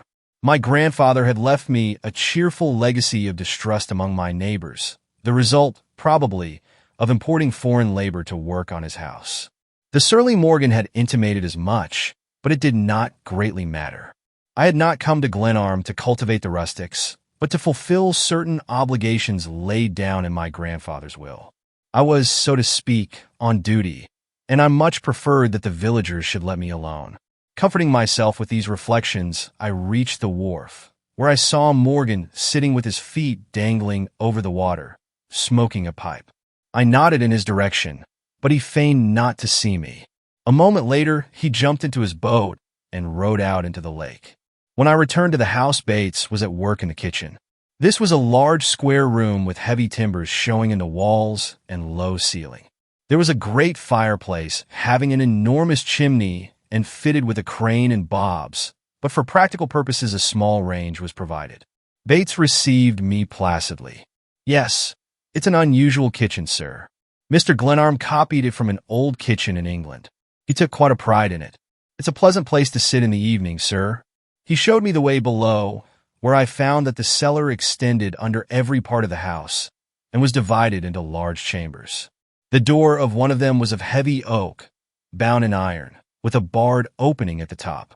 A great iron hasp with a heavy padlock and grilled area windows gave further the impression of a cell, and I fear that at this, as at many other things in the curious house, I swore, if I did not laugh, thinking of the money my grandfather had expended in realizing his whims. The room was used, I noted with pleasure, as a depository for potatoes. I asked Bates whether he knew my grandfather's purpose in providing a cell in his house. That, sir, was another of the dead master's ideas. He remarked to me once that it was just as well to have a dungeon in a well-appointed house. His humor again, sir, and it comes in quite handy for the potatoes. In another room, I found a curious collection of lanterns of every conceivable description, grouped on shelves, and next door to this was a storeroom filled with brass candlesticks of many odd designs. I shall not undertake to describe my sensations as, peering about with a candle in my hand, the vagaries of John Marshall Glenarm's mind were further disclosed to me. It was almost beyond belief that any man with such whims should ever have had the money to gratify them. I returned to the main floor and studied the titles of the books in the library, finally smoking a pipe over a very tedious chapter in an exceedingly dull work on Norman revivals and influences. Then I went out, assuring myself that I should get steadily to work in a day or two. It was not yet 11 o'clock, and time was sure to move deliberately within the stone walls of my prison. The long winter lay before me, in which I must study perforce, and just now it was pleasant to view the landscape in all its autumn splendor. Bates was soberly chopping wood at a rough pile of timber at the rear of the house. His industry had already impressed me. He had the quiet ways of an ideal, serving man. Well, Bates, you don't intend to let me freeze to death, do you? There must be enough in the pile there to last all winter. Yes, sir. I'm just cutting a little more of the hickory, sir. Mr. Glenarm always preferred it to beech or maple. We only take out the old timber. The summer storms eat into the wood pretty bad, sir. Oh, hickory, to be sure. I've heard it's the best firewood. That's very thoughtful of you. I turned next to the unfinished tower in the meadow, from which a windmill pumped water to the house. The iron frame was not wholly covered with stone, but material for the remainder of the work lay scattered at the base. I went on through the wood to the lake and inspected the boathouse. It was far more pretentious than I had imagined from my visit in the dark. It was of 2 stories, the upper half being a cozy lounging room, with wide windows and a fine outlook over the water. The unplastered walls were hung with Indian blankets, lounging chairs, and a broad seat under the windows. Colored matting on the floor and a few prints pinned upon the Navajos gave further color to the place. I followed the pebbly shore to the stone wall, where it marked the line of the school grounds. The wall, I observed, was of the same solid character here as along the road.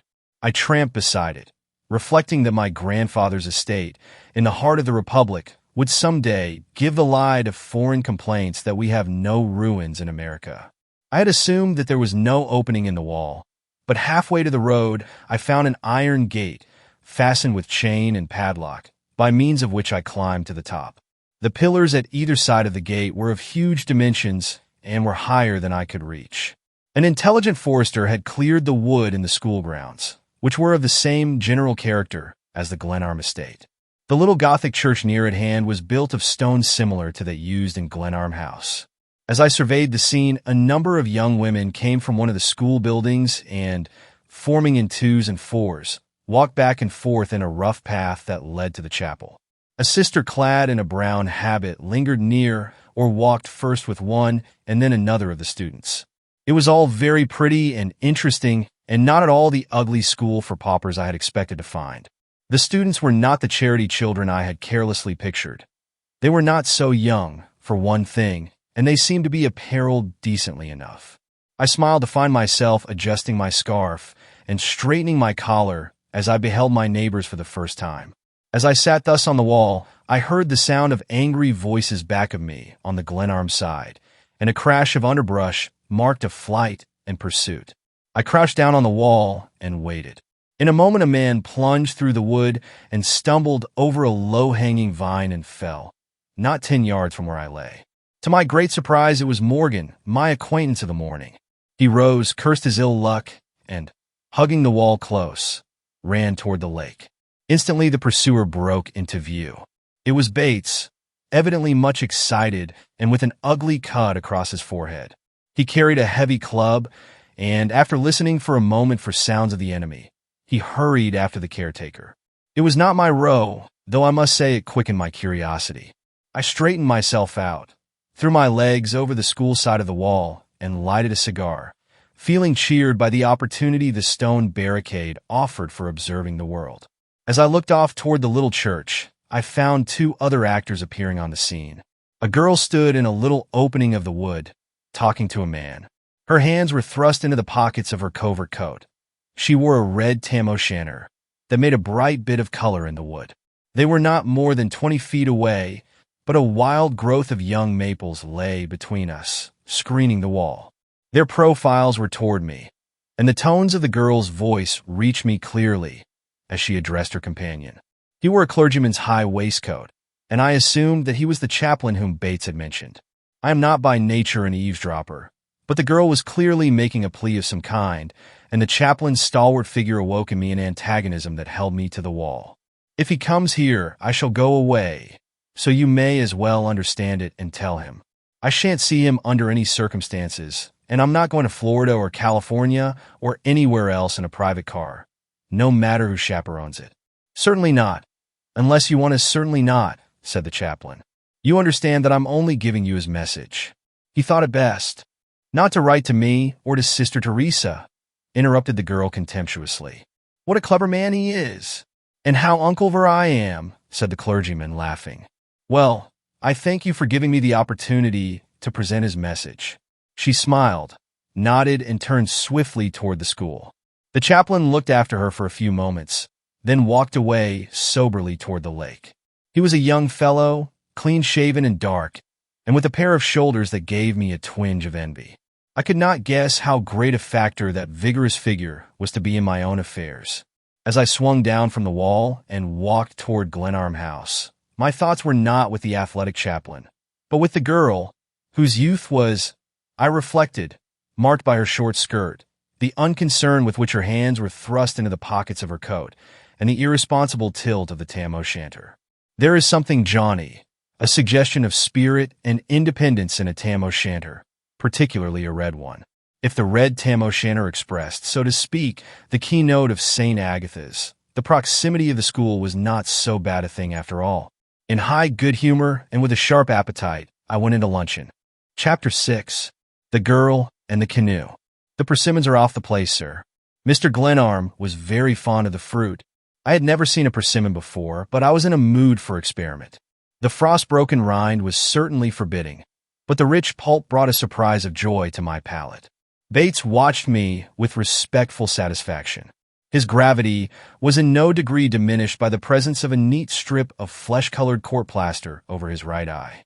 A faint suggestion of arnica hung in the air. "This is a quiet life," I remarked, wishing to give him an opportunity to explain his encounter of the morning. "You're quite right, sir.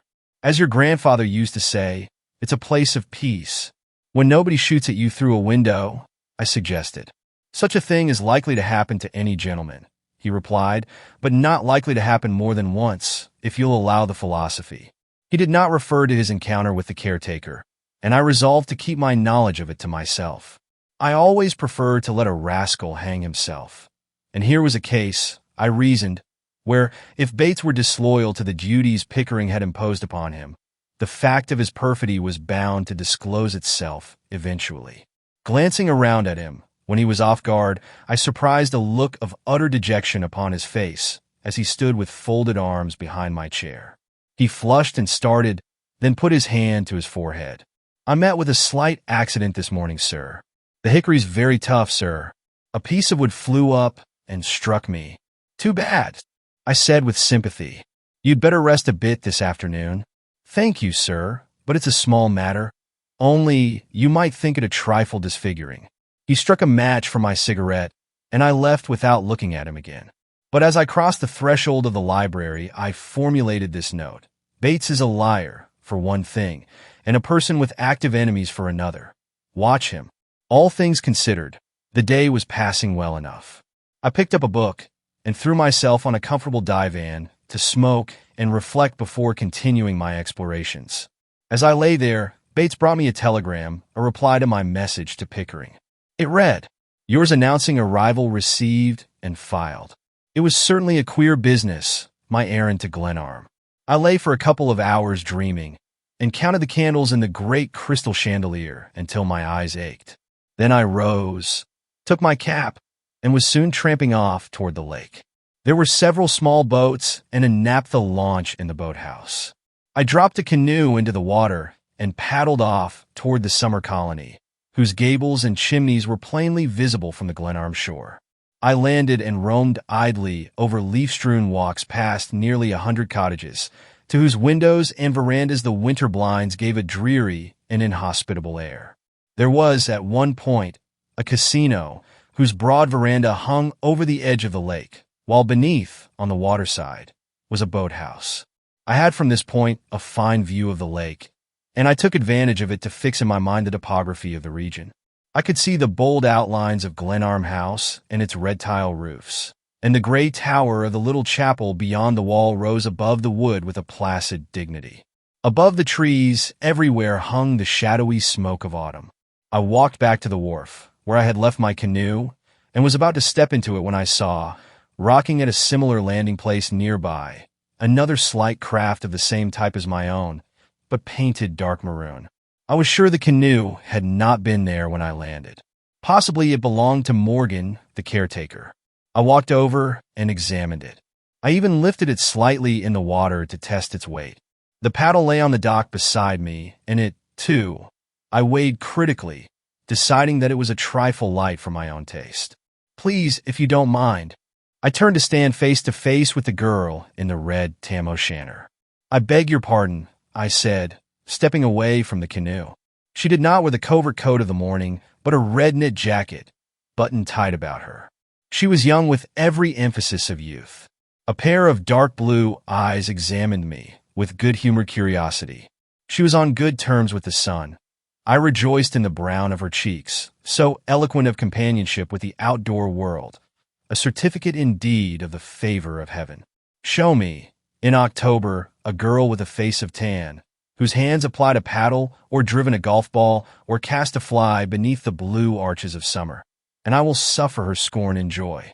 She may vote me dull and refute my wisest word with laughter, for hers are the privileges of the sisterhood of Diana, and that soft bronze, those daring fugitive freckles beneath her eyes, link her to times when Pan whistled upon his reed and all the days were long. She had approached silently and was enjoying, I felt sure, my discomfiture of being taken unawares. I had snatched off my cap and stood waiting beside the canoe, feeling, I must admit, a trifle guilty at being caught in the unwarrantable inspection of another person's property, particularly a person so wholly pleasing to the eye. "Really, if you don't need that paddle anymore." I looked down and found to my annoyance that I held it in my hand, was in fact leaning upon it with a cool air of proprietorship. "Again, I beg your pardon," I said. "I hadn't expected." She eyed me calmly with the stare of the child that arrives at a drawing-room door by mistake and scrutinizes the guests without awe. I didn't know what I had expected or had not expected, and she manifested no intention of helping me to explain. Her short skirt suggested 15 or 16, not more, and such being the case, there was no reason why I should not be master of the situation. As I fumbled my pipe, the hot coals of tobacco burned my hand, and I cast the thing from me. She laughed a little and watched the pipe bound from the dock into the water. "Too bad," she said, her eyes upon it. "But if you hurry, you may get it before it floats away." "Thank you for the suggestion," I said. But I did not relish the idea of kneeling on the dock to fish for a pipe before a strange schoolgirl who was, I felt sure, anxious to laugh at me. She took a step toward the line by which her boat was fastened. "Allow me, if you think you can, safely," she said, and the laughter that lurked in her eyes annoyed me. "The feminine knot is designed for the confusion of man," I observed, twitching vainly at the rope, which was tied securely in unfamiliar loops. She was singularly unresponsive. The thought that she was probably laughing at my clumsiness did not make my fingers more nimble. The nautical instructor at St. Agatha's is undoubtedly a woman. This knot must come in the postgraduate course. But my gallantry is equal, I trust, to your patience. The maid in the red tam o' shanter continued silent. The wet rope was obdurate, the knot more and more hopeless, and my efforts to make light of the situation awakened no response in the girl. I tugged away at the rope, attacking its tangle on various theories. A case for surgery, I'm afraid. A truly Gordian knot, but I have my knife. "Oh, but you wouldn't," she exclaimed. "I think I can manage." She bent down. I was aware that the sleeve of her jacket brushed my shoulder, seized an end that I had ignored, gave it a sharp tug with a slim brown hand, and pulled the knot free. "There," she exclaimed with a little laugh. "I might have saved you all the bother." "How dull of me!" "But I didn't have the combination," I said, steadying the canoe carefully to mitigate the ignominy of my failure. She scorned the hand I extended, but embarked with light, confident step and took the paddle. It was growing late. The shadows in the wood were deepening. A chill crept over the water, and, beyond the tower of the chapel, the sky was bright with the splendor of sunset. With a few skillful strokes, she brought her little craft beside my pipe, picked it up and tossed it to the wharf. "Perhaps you can pipe a tune upon it," she said, dipping the paddle tentatively. "You put me under great obligations," I declared. "Are all the girls at St. Agatha's as amiable?" "I should say not. I'm a great exception, and I really shouldn't be talking to you at all. It's against the rules, and we don't encourage smoking. The chaplain doesn't smoke, I suppose." "Not in chapel. I believe it isn't done, and we rarely see him elsewhere." She had idled with the paddle so far, but now lifted her eyes and drew back the blade for a long stroke. But in the wood, this morning, by the wall. I hate myself to this day for having so startled her. The poised blade dropped into the water with a splash. She brought the canoe a trifle nearer to the wharf with an almost imperceptible stroke and turned toward me with wonder and dismay in her eyes. So you are an eavesdropper and detective, are you? I beg that you will give your master my compliments. I really owe you an apology. I thought you were a gentleman, she exclaimed with withering emphasis, and dipped her blade deep in flight. I called, stammering incoherently, after her, but her light argosy skimmed the water steadily. The paddle rose and fell with trained precision, making scarcely a ripple as she stole softly away toward the fairy towers of the sunset. I stood looking after her, goaded with self-contempt. A glory of yellow and red filled the west. Suddenly the wind moaned in the wood behind the line of cottages, swept over me, and rippled the surface of the lake. I watched its flight until it caught her canoe, and I marked the flimsy craft's quick response. As the shaken waters bore her alert figure upward on the swell, her blade still maintaining its regular dip, until she disappeared behind a little peninsula that made a harbor near the school grounds. The red tam-o' seemed at last to merge in the red sky, and I turned to my canoe and paddled cheerlessly home. Chapter 7. The Man on the Wall. I was so thoroughly angry with myself that after idling along the shores for an hour, I lost my way in the darkwood when I landed and brought up at the rear door used by Bates for communication with the villagers who supplied us with provender. I readily found my way to the kitchen and to a flight of stairs beyond, which connected the first and second floors. The house was dark, and my good spirits were not increased as I stumbled up the unfamiliar way in the dark, with, I fear, a malediction upon my grandfather, who had built and left incomplete a house so utterly preposterous. My unpardonable fling at the girl still rankled, and I was cold from the quick descent of the night chill on the water and anxious to get into more comfortable clothes. Once on the second floor, I felt that I knew the way to my room, and I was feeling my way toward it over the rough floor when I heard low voices rising apparently from my sitting room. It was pitch dark in the hall. I stopped short and listened. The door of my room was open, and a faint light flashed once into the hall and disappeared. I heard now a sound as of a hammer tapping upon woodwork. Then it ceased, and a voice whispered, "He'll kill me if he finds me here. I'll try again tomorrow. I swear to God I'll help you, but no more now." Then the sound of a scuffle, and again the tapping of the hammer. After several minutes more of this, there was a whispered dialogue which I could not hear. Whatever was occurring, 2 or 3 points struck me on the instant. One of the conspirators was an unwilling party to an act as yet unknown. Second, they had been unsuccessful and must wait for another opportunity. And third, the business, whatever it was clearly of some importance to myself, as my own apartments in my grandfather's strange house had been chosen for the investigation. Clearly, I was not prepared to close the incident, but the idea of frightening my visitors appealed to my sense of humor. I tiptoed to the front stairway, ran lightly down, found the front door, and, from the inside, opened and slammed it. I heard instantly a hurried scamper above, and the heavy fall of one who had stumbled in the dark. I grinned with real pleasure at the sound of this mishap, hurried into the great library, which was as dark as a well, and, opening one of the long windows, stepped out on the balcony. At once from the rear of the house came the sound of a stealthy step, which increased to a run at the ravine bridge. I listened to the flight of the fugitive through the wood until the sounds died away toward the lake. Then, turning to the library windows, I saw Bates, with a candle held above his head, peering about. "Hello, Bates," I called cheerfully. "I just got home and stepped out to see if the moon had risen. I don't believe I know where to look for it in this country." He began lighting the tapers with his usual deliberation. "It's a trifle early, I think, sir. About 7 o'clock, I should say, was the hour, Mr. Glenarm." There was, of course, no doubt whatever that Bates had been one of the men I heard in my room. It was wholly possible that he had been compelled to assist in some lawless act against his will. But why? If he had been forced into aiding a criminal, should he not invoke my own aid to protect himself? I kicked the logs in the fireplace impatiently in my uncertainty. The man slowly lighted the many candles in the great apartment. He was certainly a deep one, and his case grew more puzzling as I studied it in relation to the rifle shot of the night before, his collision with Morgan in the wood, which I had witnessed, and now the house itself had been invaded by someone with his connivance. The shot through the refectory window might have been innocent enough, but these other matters in connection with it could hardly be brushed aside. Bates lighted me to the stairway and said as I passed him, "There's a baked ham for dinner. I should call it extra delicate, Mr. Glenarm. I suppose there's no change in the dinner hour, sir?"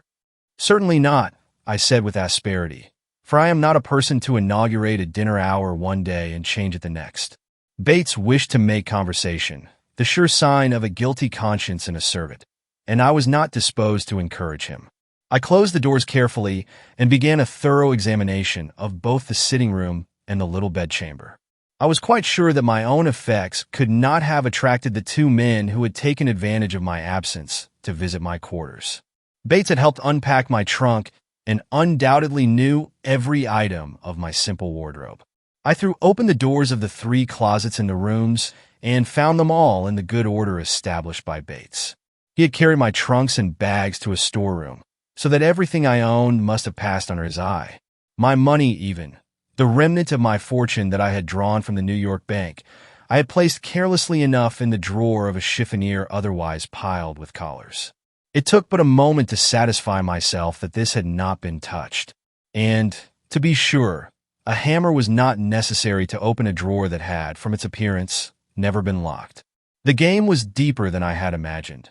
I had scratched the crust without result, and my wits were busy with speculations as I changed my clothes, pausing frequently to examine the furniture, even the bricks on the hearth.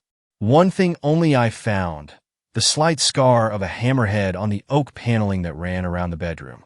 The wood had been struck near the base and at the top of every panel, for though the mark was not perceptible on all, a test had evidently been made systematically. With this as a beginning, I found a moment later a spot of tallow under a heavy table in one corner. Evidently the furniture had been moved to permit of the closest scrutiny of the paneling. Even behind the bed, I found the same impress of the hammerhead. The test had undoubtedly been thorough, for a pretty smart tap on oak is necessary to leave an impression. My visitors had undoubtedly been making soundings in search of a recess of some kind in the wall, and as they had failed of their purpose, they were likely, I assumed, to pursue their researches further. I pondered these things with a thoroughly awakened interest in life. Glenarm House really promised to prove exciting. I took from a drawer a small revolver, filled its chambers with cartridges, and thrust it into my hip pocket, whistling meanwhile Larry Donovan's favorite air, the Marque Funèbre d'une Marionnette. My heart went out to Larry as I scented adventure, and I wished him with me. But speculations as to Larry's whereabouts were always profitless, and quite likely he was in jail somewhere. The ham of whose excellence Bates had hinted was no disappointment. There is, I have always held, nothing better in this world than a baked ham, and the specimen Bates placed before me was a delight to the eye. So adorned was it with spices, so crisply brown its outer coat, and a taste, that first tentative taste before the sauce was added, was like a dream of Lucullus come true. I could forgive a good deal in a cook with that touch. Anything short of arson and assassination. "Bates," I said, as he stood forth where I could see him, "you cook amazingly well. Where did you learn the business?" "Your grandfather grew very captious, Mr. Glenarm. I had to learn to satisfy him, and I believe I did it, sir, if you'll pardon the conceit. He didn't die of gout, did he? I can readily imagine it." "No, Mr. Glenarm. It was his heart. He had his warning of it." "Ah, yes, to be sure. The heart or the stomach, one may as well fail as the other. I believe I prefer to keep my digestion going as long as possible. Those grilled sweet potatoes again, if you please, Bates." The game that he and I were playing appealed to me strongly. It was altogether worthwhile, and as I ate guava jelly with cheese and toasted crackers, and then lighted one of my own cigars over a cup of Bates' unfailing coffee, my spirit was livelier than at any time since a certain evening on which Larry and I had escaped from Tangier with our lives and the curses of the police. It is a melancholy commentary on life that contentment comes more easily through the stomach than along any other avenue. In the great library, with its rich store of books and its eternal candles, I sprawled upon a divan before the fire and smoked and indulged in pleasant speculations. The day had offered much material for fireside reflection, and I reviewed its history calmly. There was, however, one incident that I found unpleasant in the retrospect. I had been guilty of most unchivalrous conduct toward one of the girls of St. Agatha's. It had certainly been unbecoming in me to sit on the wall, however unwillingly, and listen to the words, few though they were, that passed between her and the chaplain. I forgot the shot through the window. I forgot Bates and the interest my room possessed for him and his unknown accomplice, but the sudden distrust and contempt I had awakened in the girl by my clownish behavior annoyed me increasingly. I rose presently, found my cap in a closet under the stairs, and went out into the moon-flooded wood toward the lake. The tangle was not so great when you knew the way, and there was indeed, as I had found, the faint suggestion of a path. The moon glorified a broad highway across the water. The air was sharp and still. The houses in the summer colony were vaguely defined, but the sight of them gave me no cheer. The tilt of her tam-o'-shanter, as she paddled away into the sunset, had conveyed an impression of spirit and dignity that I could not adjust to any imaginable expiation. These reflections carried me to the borders of St. Agatha's, and I followed the wall to the gate, climbed up, and sat down in the shadow of the pillar farthest from the lake. Lights shone scatteringly in the buildings of St. Agatha's, but the place was wholly silent. I drew out a cigarette and was about to light it when I heard a sound as of a tread on stone. There was, I knew, no stone pavement at hand, but peering toward the lake, I saw a man walking boldly along the top of the wall toward me. The moonlight threw his figure into clear relief. Several times he paused, bent down, and rapped upon the wall with an object he carried in his hand. Only a few hours before I had heard a similar sound rising from the wainscoting of my own room in Glenarm House. Evidently the stone wall, too, was under suspicion. Tap, tap, tap. The man with the hammer was examining the farther side of the gate, and very likely he would carry his investigations beyond it. I drew up my legs and crouched in the shadow of the pillar, revolver in hand. I was not anxious for an encounter. I much preferred to wait for a disclosure of the purpose that lay behind this mysterious tapping upon walls on my grandfather's estate. But the matter was taken out of my own hands before I had a chance to debate it. The man dropped to the ground, sounded the stone base under the gate. Likewise the pillars, evidently without results, struck a spiteful crack upon the iron bars, then stood up abruptly and looked me straight in the eyes. It was Morgan, the caretaker of the summer colony. "Good evening, Mr. Morgan," I said, settling the revolver into my hand. There was no doubt about his surprise. He fell back, staring at me hard, and instinctively drawing the hammer over his shoulder as though to fling it at me. "Just stay where you are a moment, Morgan," I said pleasantly, and dropped to a sitting position on the wall for greater ease in talking to him. He stood sullenly, the hammer dangling at arm's length, while my revolver covered his head. "Now, if you please, I'd like to know what you mean by prowling about here and rummaging my house." "Oh, it's you, is it, Mr. Glenarm? Well, you certainly gave me a bad scare." His air was one of relief, and his teeth showed pleasantly through his beard. "It certainly is I. But you haven't answered my question. What were you doing in my house today?" He smiled again, shaking his head. "You're really fooling, Mr. Glenarm. I wasn't in your house today. I never was in it in my life." His white teeth gleamed in his light beard. His hat was pushed back from his forehead so that I saw his eyes, and he wore unmistakably the air of a man whose conscience is perfectly clear. I was confident that he lied, but without appealing to Bates, I was not prepared to prove it. "But you can't deny that you're on my grounds now, can you?"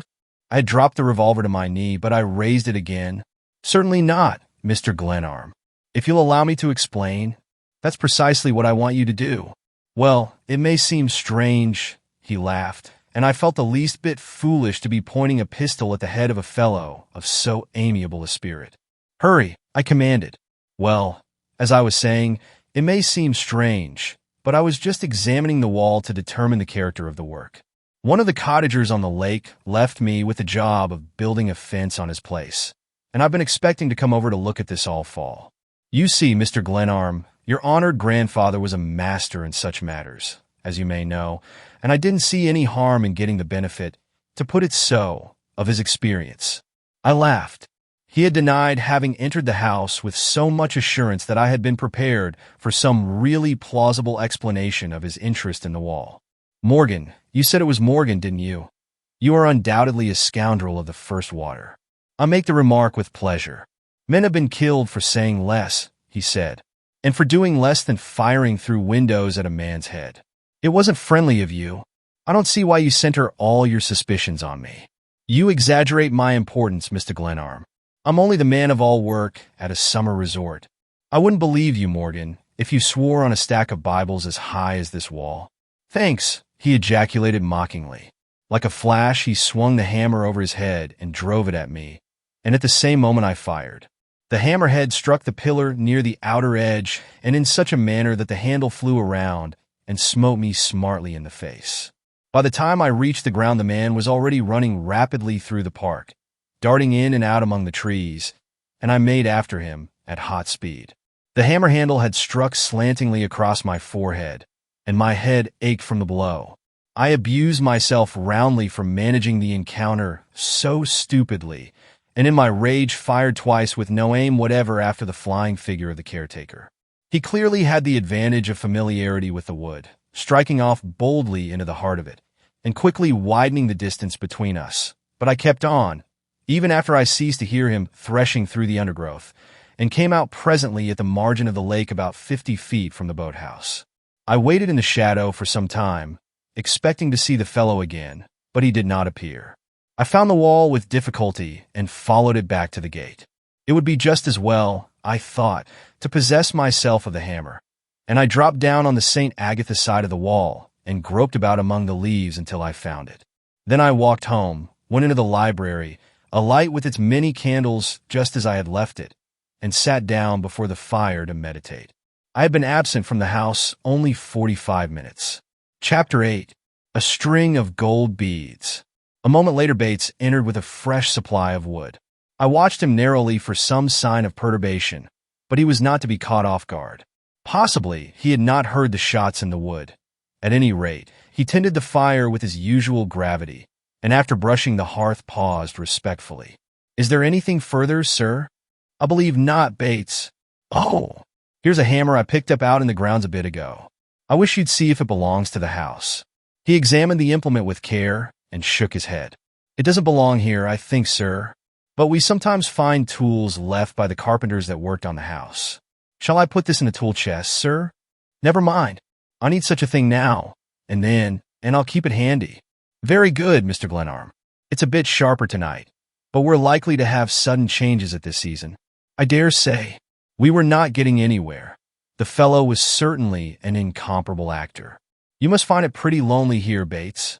Don't hesitate to go to the village when you like." "I thank you, Mr. Glenarm, but I am not much for idling. I keep a few books by me for the evenings. Annandale is not what you would exactly call a diverting village." "I fancy not. But the caretaker over at the summer resort has even a lonelier time, I suppose." "That's what I'd call a pretty cheerless job. Watching summer cottages in the winter." "That's Morgan, sir. I meet him occasionally when I go to the village. A very worthy person, I should call him, on slight acquaintance." "No doubt of it, Bates. Any time through the winter you want to have him in for a social glass, it's all right with me." He met my gaze without flinching and lighted me to the stair with our established ceremony. I voted him an interesting knave and really admired the cool way in which he carried off difficult situations. I had no intention of being killed, and now that I had due warning of danger, I resolved to protect myself from foes without and within. Both Bates and Morgan, the caretaker, were liars of high attainment. Morgan was, moreover, a cheerful scoundrel, and experience taught me long ago that a knave with humor is doubly dangerous.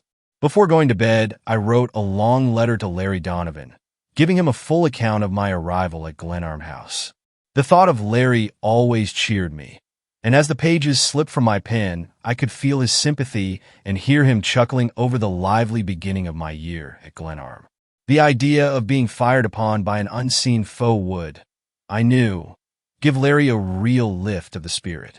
The next morning I walked into the village, mailed my letter, visited the railway station with true rustic instinct, and watched the cutting out of a freight car for Annandale with a pleasure I had not before taken in that proceeding. The villagers stared at me blankly as on my first visit. A group of idle laborers stopped talking to watch me, and when I was a few yards past them, they laughed at a remark by one of the number which I could not overhear. But I am not a particularly sensitive person. I did not care what my Hoosier neighbors said of me. All I asked was that they should refrain from shooting at the back of my head through the windows of my own house. On this day, I really began to work. I mapped out a course of reading, set up a draftsman's table I found put away in a closet, and convinced myself that I was beginning a year of devotion to architecture. Such was, I felt, the only honest course.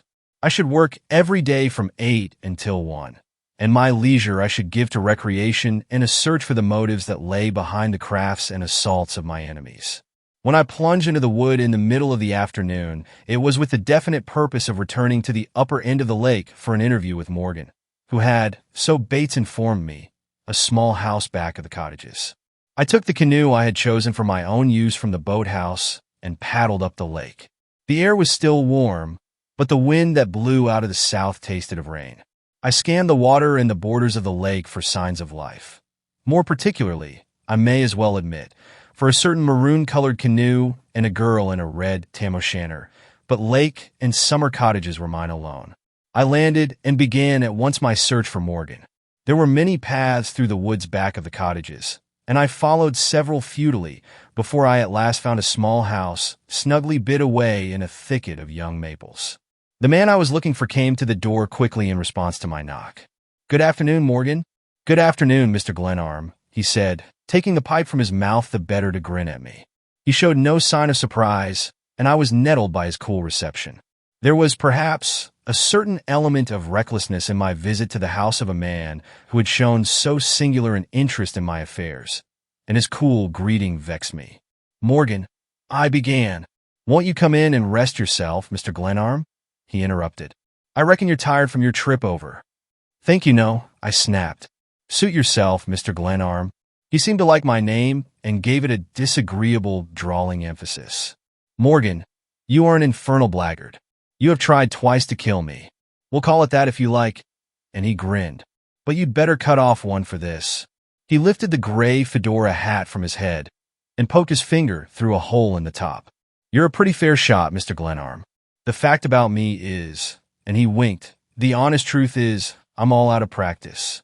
Why, sir, when I saw you paddling out on the lake this afternoon, I sighted you from the casino half a dozen times with my gun, but I was afraid to risk it." He seemed to be shaken with inner mirth. "If I'd missed, I wasn't sure you'd be scared to death. For a novel diversion, I heartily recommend a meeting with the assassin who has only a few days or hours before tried to murder you. I know of nothing in the way of social adventure that is quite equal to it." Morgan was a fellow of intelligence, and whatever lay back of his designs against me, he was clearly a foe to reckon with. He stood in the doorway, calmly awaiting my next move. I struck a match on my box and lighted a cigarette. "Morgan, I hope you understand that I am not responsible for any injury my grandfather may have inflicted on you. I hadn't seen him for several years before he died. I was never at Glenarm before in my life, so it's a little rough for you to visit your displeasure on me." He smiled tolerantly as I spoke. I knew, and he knew that I did, that no ill feeling against my grandfather lay back of his interest in my affairs.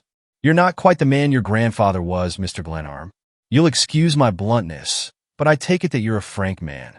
He was a very keen person, and, I'm afraid," he chuckled with evident satisfaction to himself, "I'm really afraid, Mr. Glenarm, that you're not. There you have it, Morgan. I fully agree with you. I'm as dull as an oyster. That's the reason I've called on you for enlightenment. Consider that I'm here under a flag of truce, and let's see if we can't come to an agreement. It's too late, Mr. Glenarm, too late. There was a time when we might have done some business, but that's past now. You seem like a pretty decent fellow, too, and I'm sorry I didn't see you sooner, but better luck next time." He stroked his yellow beard reflectively and shook his head a little sadly. He was not a bad-looking fellow, and he expressed himself well enough with a broad Western accent. "Well," I said, seeing that I should only make myself ridiculous by trying to learn anything from him, I hope our little spats through windows and on walls won't interfere with our pleasant social relations. And I don't hesitate to tell you, I was exerting myself to keep down my anger, that if I catch you on my grounds again, I'll fill you with lead and sink you in the lake. Thank you, sir, he said with so perfect an imitation of Bates' voice and manner that I smiled in spite of myself. And now, if you'll promise not to fire into my back, I'll wish you good day. Otherwise, he snatched off his hat and bowed profoundly. It'll suit me much better to continue handling the case on your grounds, he said, as though he referred to a business matter.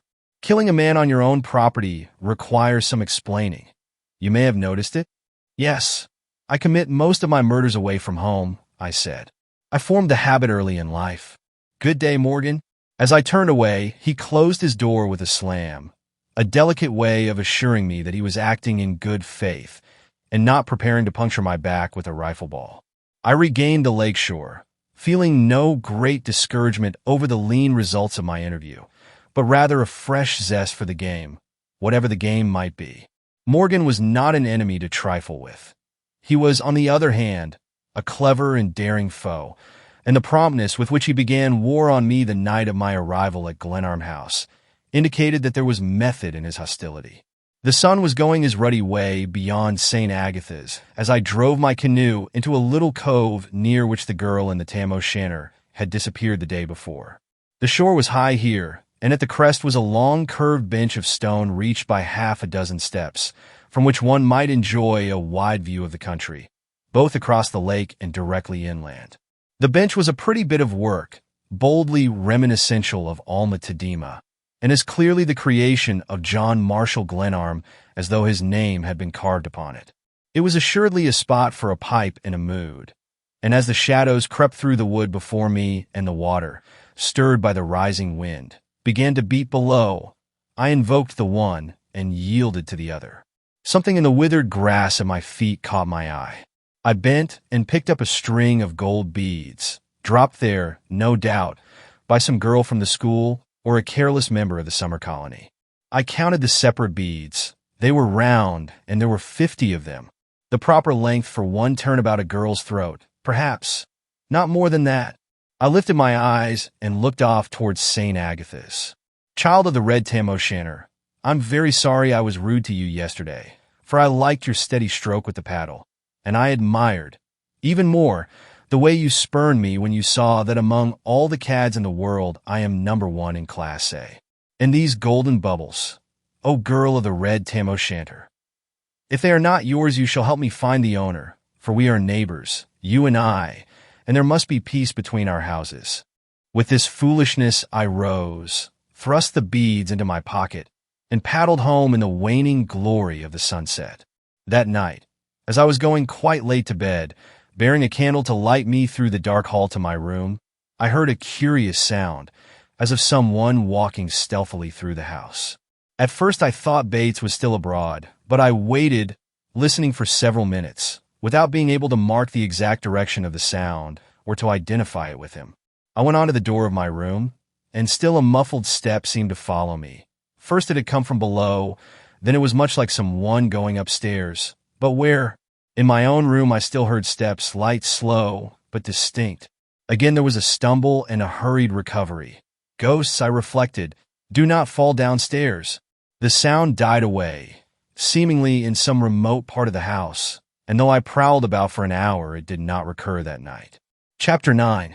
The Girl and the Rabbit. Wind and rain rioted in the wood, and occasionally both fell upon the library windows with a howl and a splash. The tempest had wakened me. It seemed that every chimney in the house held a screaming demon. We were now well launched upon December, and I was growing used to my surroundings. I had offered myself frequently as a target by land and water.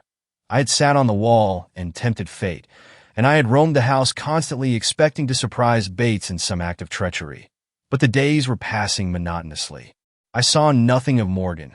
He had gone to Chicago on some errand, so Bates reported, but I continued to walk abroad every day, and often at night, alert for a reopening of hostilities. Twice I had seen the red tam o' shanter far through the wood, and once I had passed my young acquaintance with another girl, a dark, laughing youngster, walking in the highway. and she had bowed to me coldly. Even the ghost in the wall proved inconstant, but I had twice heard the steps without being able to account for them. Memory kept plucking my sleeve with reminders of my grandfather. I was touched at finding constantly his marginal notes in the books he had collected with so much intelligence and loving care. It occurred to me that some memorial, a tablet attached to the outer wall, or perhaps, more properly placed in the chapel, would be fitting, and I experimented with designs for it, covering many sheets of drawing paper in an effort to set forth in a few words some hint of his character. On this gray morning I produced this. 1835. The life of John Marshall Glenarm was a testimony to the virtue of generosity, forbearance, and gentleness. The beautiful things he loved were not nobler than his own days. His grandson, who served him ill, writes this of him, 1901. I had drawn these words on a piece of cardboard and was studying them critically when Bates came in with wood. "Those are unmistakable snowflakes, sir," said Bates from the window. "We're in for winter now." It was undeniably snow. Great lazy flakes of it were crowding down upon the wood. Bates had not mentioned Morgan or referred even remotely to the pistol shot of my first night, and he had certainly conducted himself as a model servant. The man of all work at St. Agatha's, a Scotchman named Ferguson, had visited him several times, and I had surprised them once innocently enjoying their pipes and whiskey and water in the kitchen. "They are having trouble at the schools, sir," said Bates from the hearth. "The young lady's running a little wild. Sister Teresa's ill, sir. Ferguson told me last night." "No doubt Ferguson knows," I declared, moving the papers about on my desk, conscious, and not ashamed of it, that I enjoyed these dialogues with Bates. I occasionally entertained the idea that he would some day brain me as I sat dining upon the viands which he prepared with so much skill. Or perhaps he would poison me, that being rather more in his line of business and perfectly easy of accomplishment. But the house was bare and lonely, and he was a resource. "So Sister Teresa's ill," I began, seeing that Bates had nearly finished, and glancing with something akin to terror upon the open pages of a dreary work on English cathedrals that had put me to sleep the day before. "She's been quite uncomfortable, sir, but they hope to see her out in a few days." "That's good. I'm glad to hear it." "Yes, sir. I think we naturally feel interested being neighbors. And Ferguson says that Miss Devereux's devotion to her aunt is quite touching." I stood up straight and stared at Bates' back. He was trying to stop the rattle which the wind had set up in one of the windows. "Miss Devereux." I laughed outright. "That's the name, sir. Rather odd, I should call it." "Yes, it is rather odd," I said, composed again, but not referring to the name. My mind was busy with a certain paragraph in my grandfather's will. Should he fail to comply with this provision, said property shall revert to my general estate, and become, without reservation, and without necessity for any process of law, the property, absolutely, of Marion Devereux, of the county and state of New York. Your grandfather was very fond of her, sir. She and Sister Teresa were abroad at the time he died. It was my sorrowful duty to tell them the sad news in New York, sir, when they landed. The devil it was! It irritated me to remember that Bates probably knew exactly the nature of my grandfather's will, and the terms of it were not in the least creditable to me. Sister Teresa and her niece were doubtless calmly awaiting my failure to remain at Glenarm House during the disciplinary year. Sister Teresa, a Protestant nun, and the niece who probably taught drawing in the school for her keep. I was sure it was drawing. Nothing else would, I felt, have brought the woman within the pale of my grandfather's beneficence. I had given no thought to Sister Teresa since coming to Glenarm. She had derived her knowledge of me from my grandfather, and, such being the case, she would naturally look upon me as a blackguard and a menace to the peace of the neighborhood. I had, therefore, kept rigidly to my own side of the stone wall. A suspicion crossed my mind, marshalling a host of doubts and questions that had lurked there since my first night at Glenarm. Bates! He was moving toward the door with his characteristic slow step. If your friend Morgan or anyone else should shoot me, or if I should tumble into the lake, or otherwise end my earthly career, Bates! His eyes had slipped from mine to the window, and I spoke his name sharply. Yes, Mr. Glenarm. Then Sister Teresa's niece would get this property and everything else that belonged to Mr. Glenarm. That's my understanding of the matter, sir.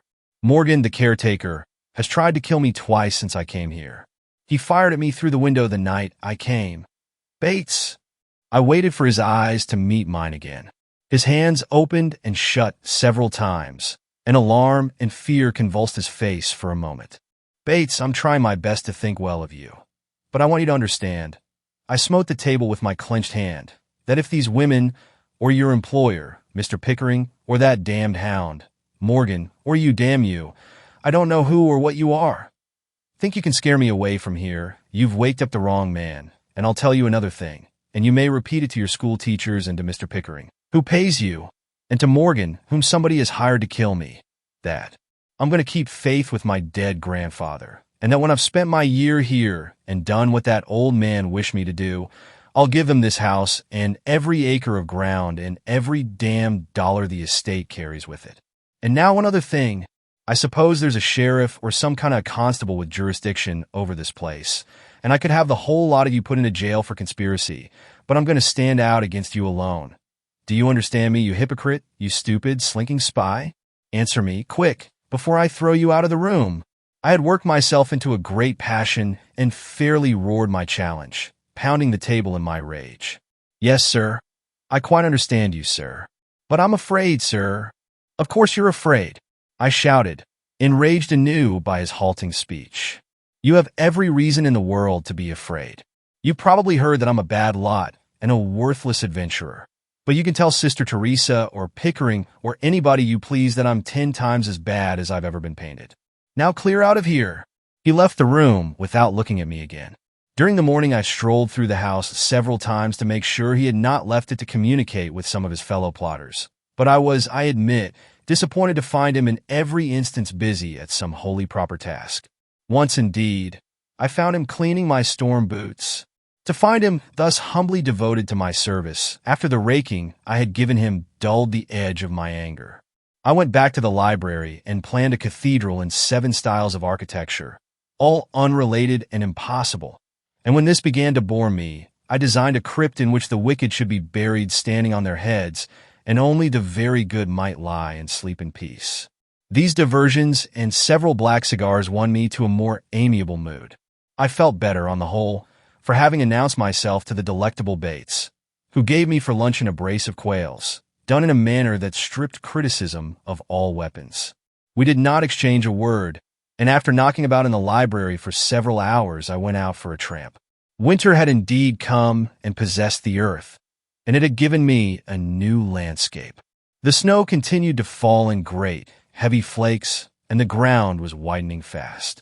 A rabbit's track caught my eye, and I followed it, hardly conscious that I did so. Then the clear print of 2 small shoes mingled with the rabbit's trail. A few moments later, I picked up an overshoe, evidently lost in the chase by one of Sister Teresa's girls, I reflected. I remembered that while at Tech, I had collected diverse memorabilia from schoolgirl acquaintances, and here I was beginning a new series with a string of beads and an overshoe. A rabbit is always an attractive quarry. Few things besides riches are so elusive, and the little fellows have, I am sure, a shrewd humor peculiar to themselves. I rather envied the schoolgirl who had ventured forth for a run in the first snowstorm of the season. I recalled Aldrich's turn on Gautier's lines as I followed the double trail. How you tread a tiny mold betrays that light foot all the same upon this glistening, snowy fold. At every step it signs your name, a pretty autograph indeed. The snow fell steadily, and I tramped on over the joint signature of the girl and the rabbit. Near the lake they parted company, the rabbit leading off at a tangent, on a line parallel with the lake, while his pursuer's steps pointed toward the boathouse. There was, so far as I knew, only one student of adventurous blood at St. Agatha's, and I was not in the least surprised to see, on the little sheltered balcony of the boathouse, the red tam-o'-shanter. She wore, too, the covert coat I remembered from the day I saw her first from the wall. Her back was toward me as I drew near. Her hands were thrust into her pockets. She was evidently enjoying the soft mingling of the snow with the still, blue waters of the lake, and a girl and a snowstorm are, if you ask my opinion, a pretty combination. The fact of a girl's facing a winter storm argues mightily in her favor. testifies, if you will allow me, to a serene and dauntless spirit, for one thing, and a sound constitution, for another. I ran up the steps, my cap in one hand, her overshoe in the other. She drew back a trifle, just enough to bring my conscience to its knees. I didn't mean to listen that day. I just happened to be on the wall, and it was a thoroughly underbred trick, my twitting you about it. And I should have told you before if I'd known how to see you. May I trouble you for that shoe? She said with a great deal of dignity. They taught that cold disdain of man, I supposed, as a required study at St. Agatha's. Oh, certainly. Won't you allow me? Think you know? I was relieved, to tell the truth, for I had been out of the world for most of that period in which a youngster perfects himself in such graces as the putting on of a girl's overshoes. She took the damp bit of rubber, a wet overshoe, even if small and hallowed by associations, isn't pretty, as Venus might have received a soft-shell crab from the hand of a fresh young mermaid. I was between her and the steps to which her eyes turned longingly. Of course, if you won't accept my apology, I can't do anything about it. But I hope you understand that I'm sincere and humble and anxious to be forgiven. You seem to be making a good deal of a small matter. I wasn't referring to the overshoe, I said. She did not relent. If you'll only go away. She rested one hand against the corner of the boathouse while she put on the overshoe. She wore, I noticed, brown gloves with cuffs. How can I go away? You children are always leaving things about for me to pick up. I'm perfectly worn out carrying some girl's beads about with me. And I spoiled a good glove on your overshoe. I'll relieve you of the beads, too, if you please. And her tone measurably reduced my stature. She thrust her hands into the pockets of her coat and shook the tam-o'-shanter slightly, to establish it in a more comfortable spot on her head. The beads had been in my corduroy coat since I found them. I drew them out and gave them to her. Thank you. Thank you very much. Of course they are yours, miss. She thrust them into her pocket. Of course they're mine, she said indignantly, and turned to go. We'll waive proof of property and that sort of thing, I remarked with, I fear, the hope of detaining her. I'm sorry not to establish a more neighborly feeling with St. Agatha's. The stone wall may seem formidable, but it's not of my building. I must open the gate. That wall's a trifle steep for climbing. I was amusing myself with the idea that my identity was a dark mystery to her. I had read English novels in which the young lord of the manor is always mistaken for the gamekeeper's son by the pretty daughter of the curate who has come home from school to be the belle of the county. But my lady of the red tam-o'-shanter was not a creature of illusions.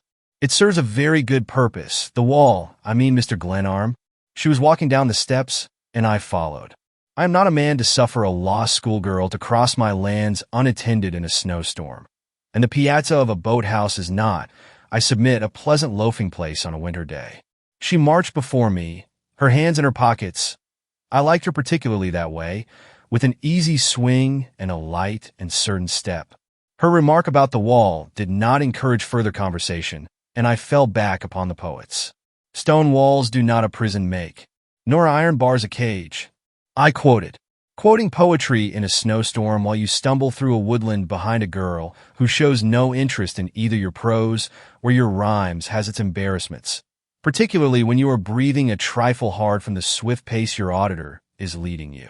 I have heard that before, she said, half turning her face, then laughing as she hastened on. Her brilliant cheeks were a delight to the eye. The snow swirled about her, whitened the crown of her red cap, and clung to her shoulders. Have you ever seen snow crystals gleam, break, dissolve in fair, soft, storm-blown hair?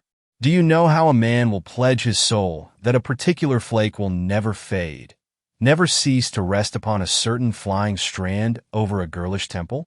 And he loses his heart and his wager in a breath. If you fail to understand these things, and are furthermore unfamiliar with the fact that the color in the cheeks of a girl who walks abroad in a driving snowstorm marks the favor of heaven itself, then I waste time, and you will do well to rap at the door of another inn. I'd rather missed you, I said, and really, I should have been over to apologize if I hadn't been afraid.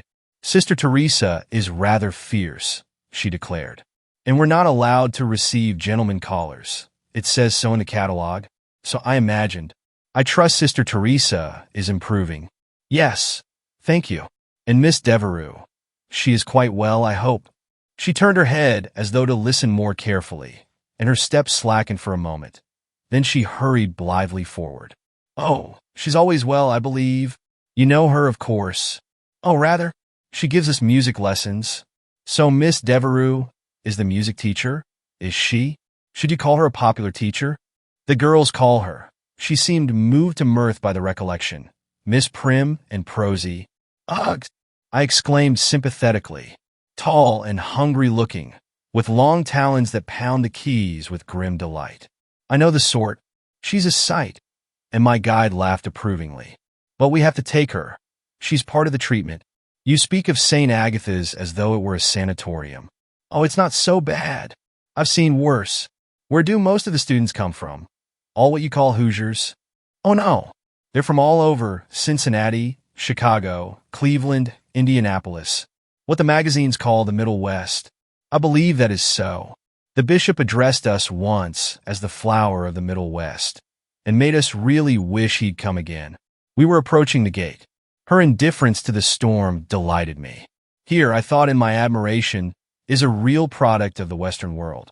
I felt that we had made strides towards such a comradeship as it is proper should exist between a schoolgirl in her teens and a male neighbor of 27. I was, going back to English fiction, the young squire walking home with the curate's pretty young daughter and conversing with fine condescension. "We girls all wish we could come over and help hunt the lost treasure. It must be simply splendid to live in a house where there's a mystery, secret passages and chests of doubloons, and all that sort of thing." "My, Squire Glenarm, I suppose you spend all your nights exploring secret passages." This free expression of opinion startled me, though she seemed wholly innocent of impertinence.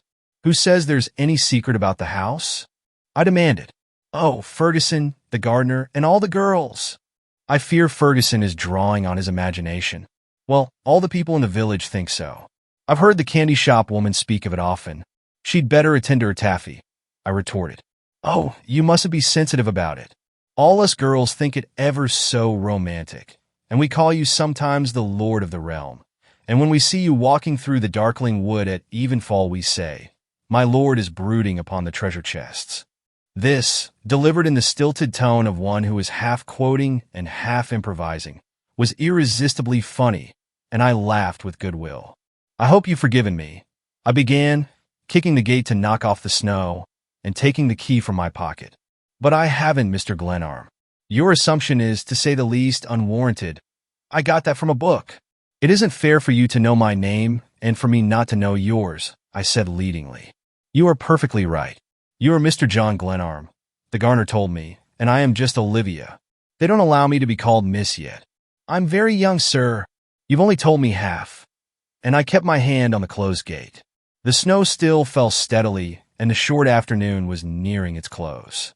I did not like to lose her, the life, the youth, the mirth for which she stood. The thought of Glenarm House amid the snow-hung wood and of the long winter evening that I must spend alone moved me to delay. Lights already gleamed in the school building straight before us, and the sight of them smote me with loneliness. "Olivia Gladys Armstrong," she said, laughing, brushed past me through the gate and ran lightly over the snow towards St. Agatha's. Chapter 10. An Affair with the Caretaker. I read in the library until late, hearing the howl of the wind outside with satisfaction in the warmth and comfort of the great room. Bates brought in some sandwiches and a bottle of ale at midnight. "If there's nothing more, sir." "That is all, Bates." And he went off sedately to his own quarters.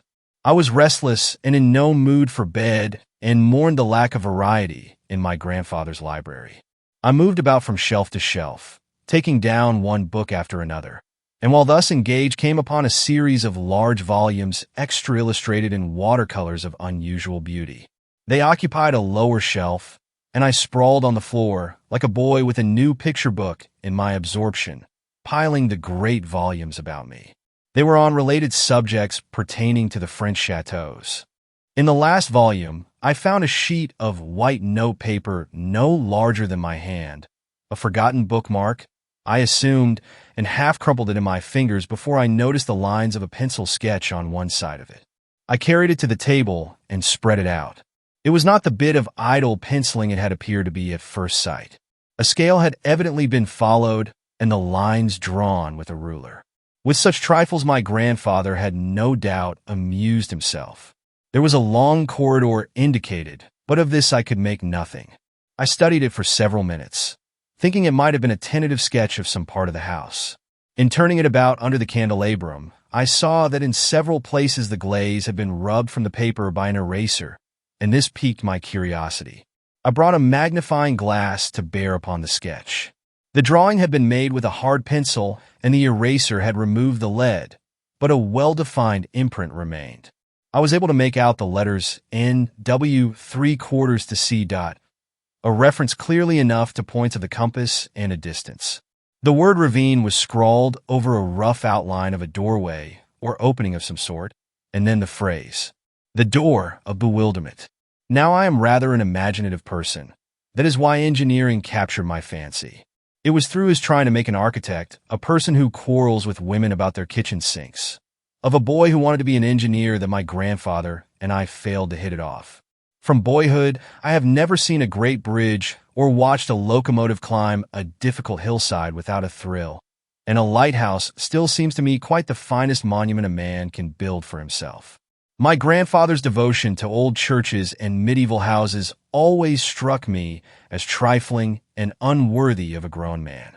And fate was busy with my affairs that night, for, instead of lighting my pipe with the little sketch, I was strangely impelled to study it seriously. I drew for myself rough outlines of the interior of Glenarm House as it had appeared to me, and then I tried to reconcile the little sketch with every part of it. The door of bewilderment was the charm that held me. The phrase was in itself a lure. The man who had built a preposterous house in the woods of Indiana and called it the House of 1,000 Candles was quite capable of other whims. And as I bent over this scrap of paper in the candle-lighted library, it occurred to me that possibly I had not done justice to my grandfather's genius. My curiosity was thoroughly aroused as to the hidden corners of the queer old house, round which the wind shrieked tormentingly. I went to my room, put on my corduroy coat for its greater warmth in going through the cold halls, took a candle, and went below. 1 o'clock in the morning is not the most cheering hour for exploring the dark recesses of a strange house, but I had resolved to have a look at the ravine opening and determine, if possible, whether it bore any relation to the door of bewilderment. All was quiet in the great cellar. Only here and there an area window rattled dolorously. I carried a tape line with me and made measurements of the length and depth of the corridor and of the chambers that were set off from it. These figures I entered in my notebook for further use, and sat down on an empty nail keg to reflect. The place was certainly substantial. The candle at my feet burned steadily, with no hint of a draft, but I saw no solution of my problem. All the doors along the corridor were open, or yielded readily to my hand. I was losing sleep for nothing. My grandfather's sketch was meaningless, and I rose and picked up my candle, yawning. Then a curious thing happened. The candle, whose thin flame had risen unwaveringly, sputtered and went out as a sudden gust swept the corridor. I had left nothing open behind me, and the outer doors of the house were always locked and barred. But someone had gained ingress to the cellar by an opening of which I knew nothing. I faced the stairway that led up to the back hall of the house, when to my astonishment, steps sounded behind me, and, turning, I saw, coming toward me, a man carrying a lantern. I marked his careless step. He was undoubtedly on familiar ground. As I watched him, he paused, lifted the lantern to a level with his eyes, and began sounding the wall with a hammer. Here, undoubtedly, was my friend Morgan. Again, there was the same periodicity in the beat on the wall that I had heard in my own rooms. He began at the top and went methodically to the floor. I leaned against the wall where I stood and watched the lantern slowly coming toward me. The small revolver with which I had fired at his flying figure in the wood was in my pocket. It was just as well to have it out with the fellow now. My chances were as good as his, though I confess I did not relish the thought of being found dead the next morning in the cellar of my own house. It pleased my humor to let him approach in this way, unconscious that he was watched, until I should thrust my pistol into his face. His arms grew tired when he was about 10 feet from me, and he dropped the lantern and hammer to his side and swore under his breath impatiently. Then he began again, with greater zeal. As he came nearer, I studied his face in the lantern's light with interest. His hat was thrust back, and I could see his jaw hard set under his blond beard. He took a step nearer, ran his eyes over the wall, and resumed his tapping. The ceiling was something less than 8 feet, and he began at the top. In settling himself for the new series of strokes, he swayed toward me slightly, and I could hear his hard breathing. I was deliberating how best to throw myself upon him, but as I wavered, he stepped back, swore at his ill luck, and flung the hammer to the ground. "Thanks," I shouted, leaping forward and snatching the lantern. "Stand just where you are." With the revolver in my right hand and the lantern held high in my left, I enjoyed his utter consternation as my voice roared in the corridor. "It's too bad we meet under such strange circumstances, Morgan," I said. "I'd begun to miss you, but I suppose you've been sleeping in the daytime to gather strength for your night prowling." "You're a fool," he growled. He was recovering from his fright. I knew it by the gleam of his teeth in his yellow beard. His eyes, too, were moving restlessly about. He undoubtedly knew the house better than I did, and was considering the best means of escape. I did not know what to do with him now that I had him at the point of a pistol, and in my ignorance of his motives and my vague surmise as to the agency back of him, I was filled with uncertainty. "You needn't hold that thing quite so near," he said, staring at me coolly. "I'm glad it annoys you, Morgan," I said. "It may help you to answer some questions I'm going to put to you." "So you want information, do you, Mr. Glenarm? I should think it would be beneath the dignity of a great man like you to ask a poor devil like me for help." "We're not talking of dignity," I said. "I want you to tell me how you got in here." He laughed. "You're a very shrewd one, Mr. Glenarm. I came in by the kitchen window, if you must know.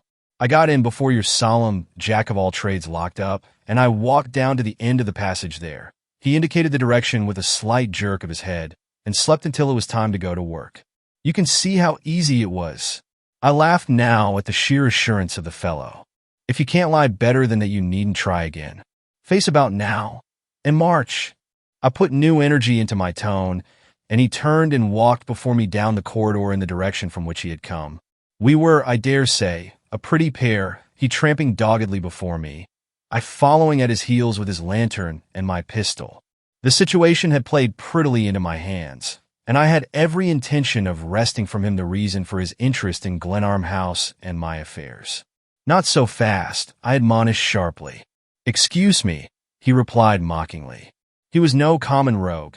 I felt the quality in him with a certain admiration for his scoundrelly talents, a fellow, I reflected, who was best studied at the point of a pistol. I continued at his heels, and poked the muzzle of the revolver against his back from time to keep him assured of my presence, a device that I was to regret a second later. We were about 10 yards from the end of the corridor when he flung himself backward upon me, threw his arms over his head, and seized me about the neck, turning himself lively until his fingers clasped my throat. I fired blindly once, and felt the smoke of the revolver hot in my own nostrils. The lantern fell from my hand, and one or the other of us smashed it with our feet. A wrestling match in that dark hole was not to my liking.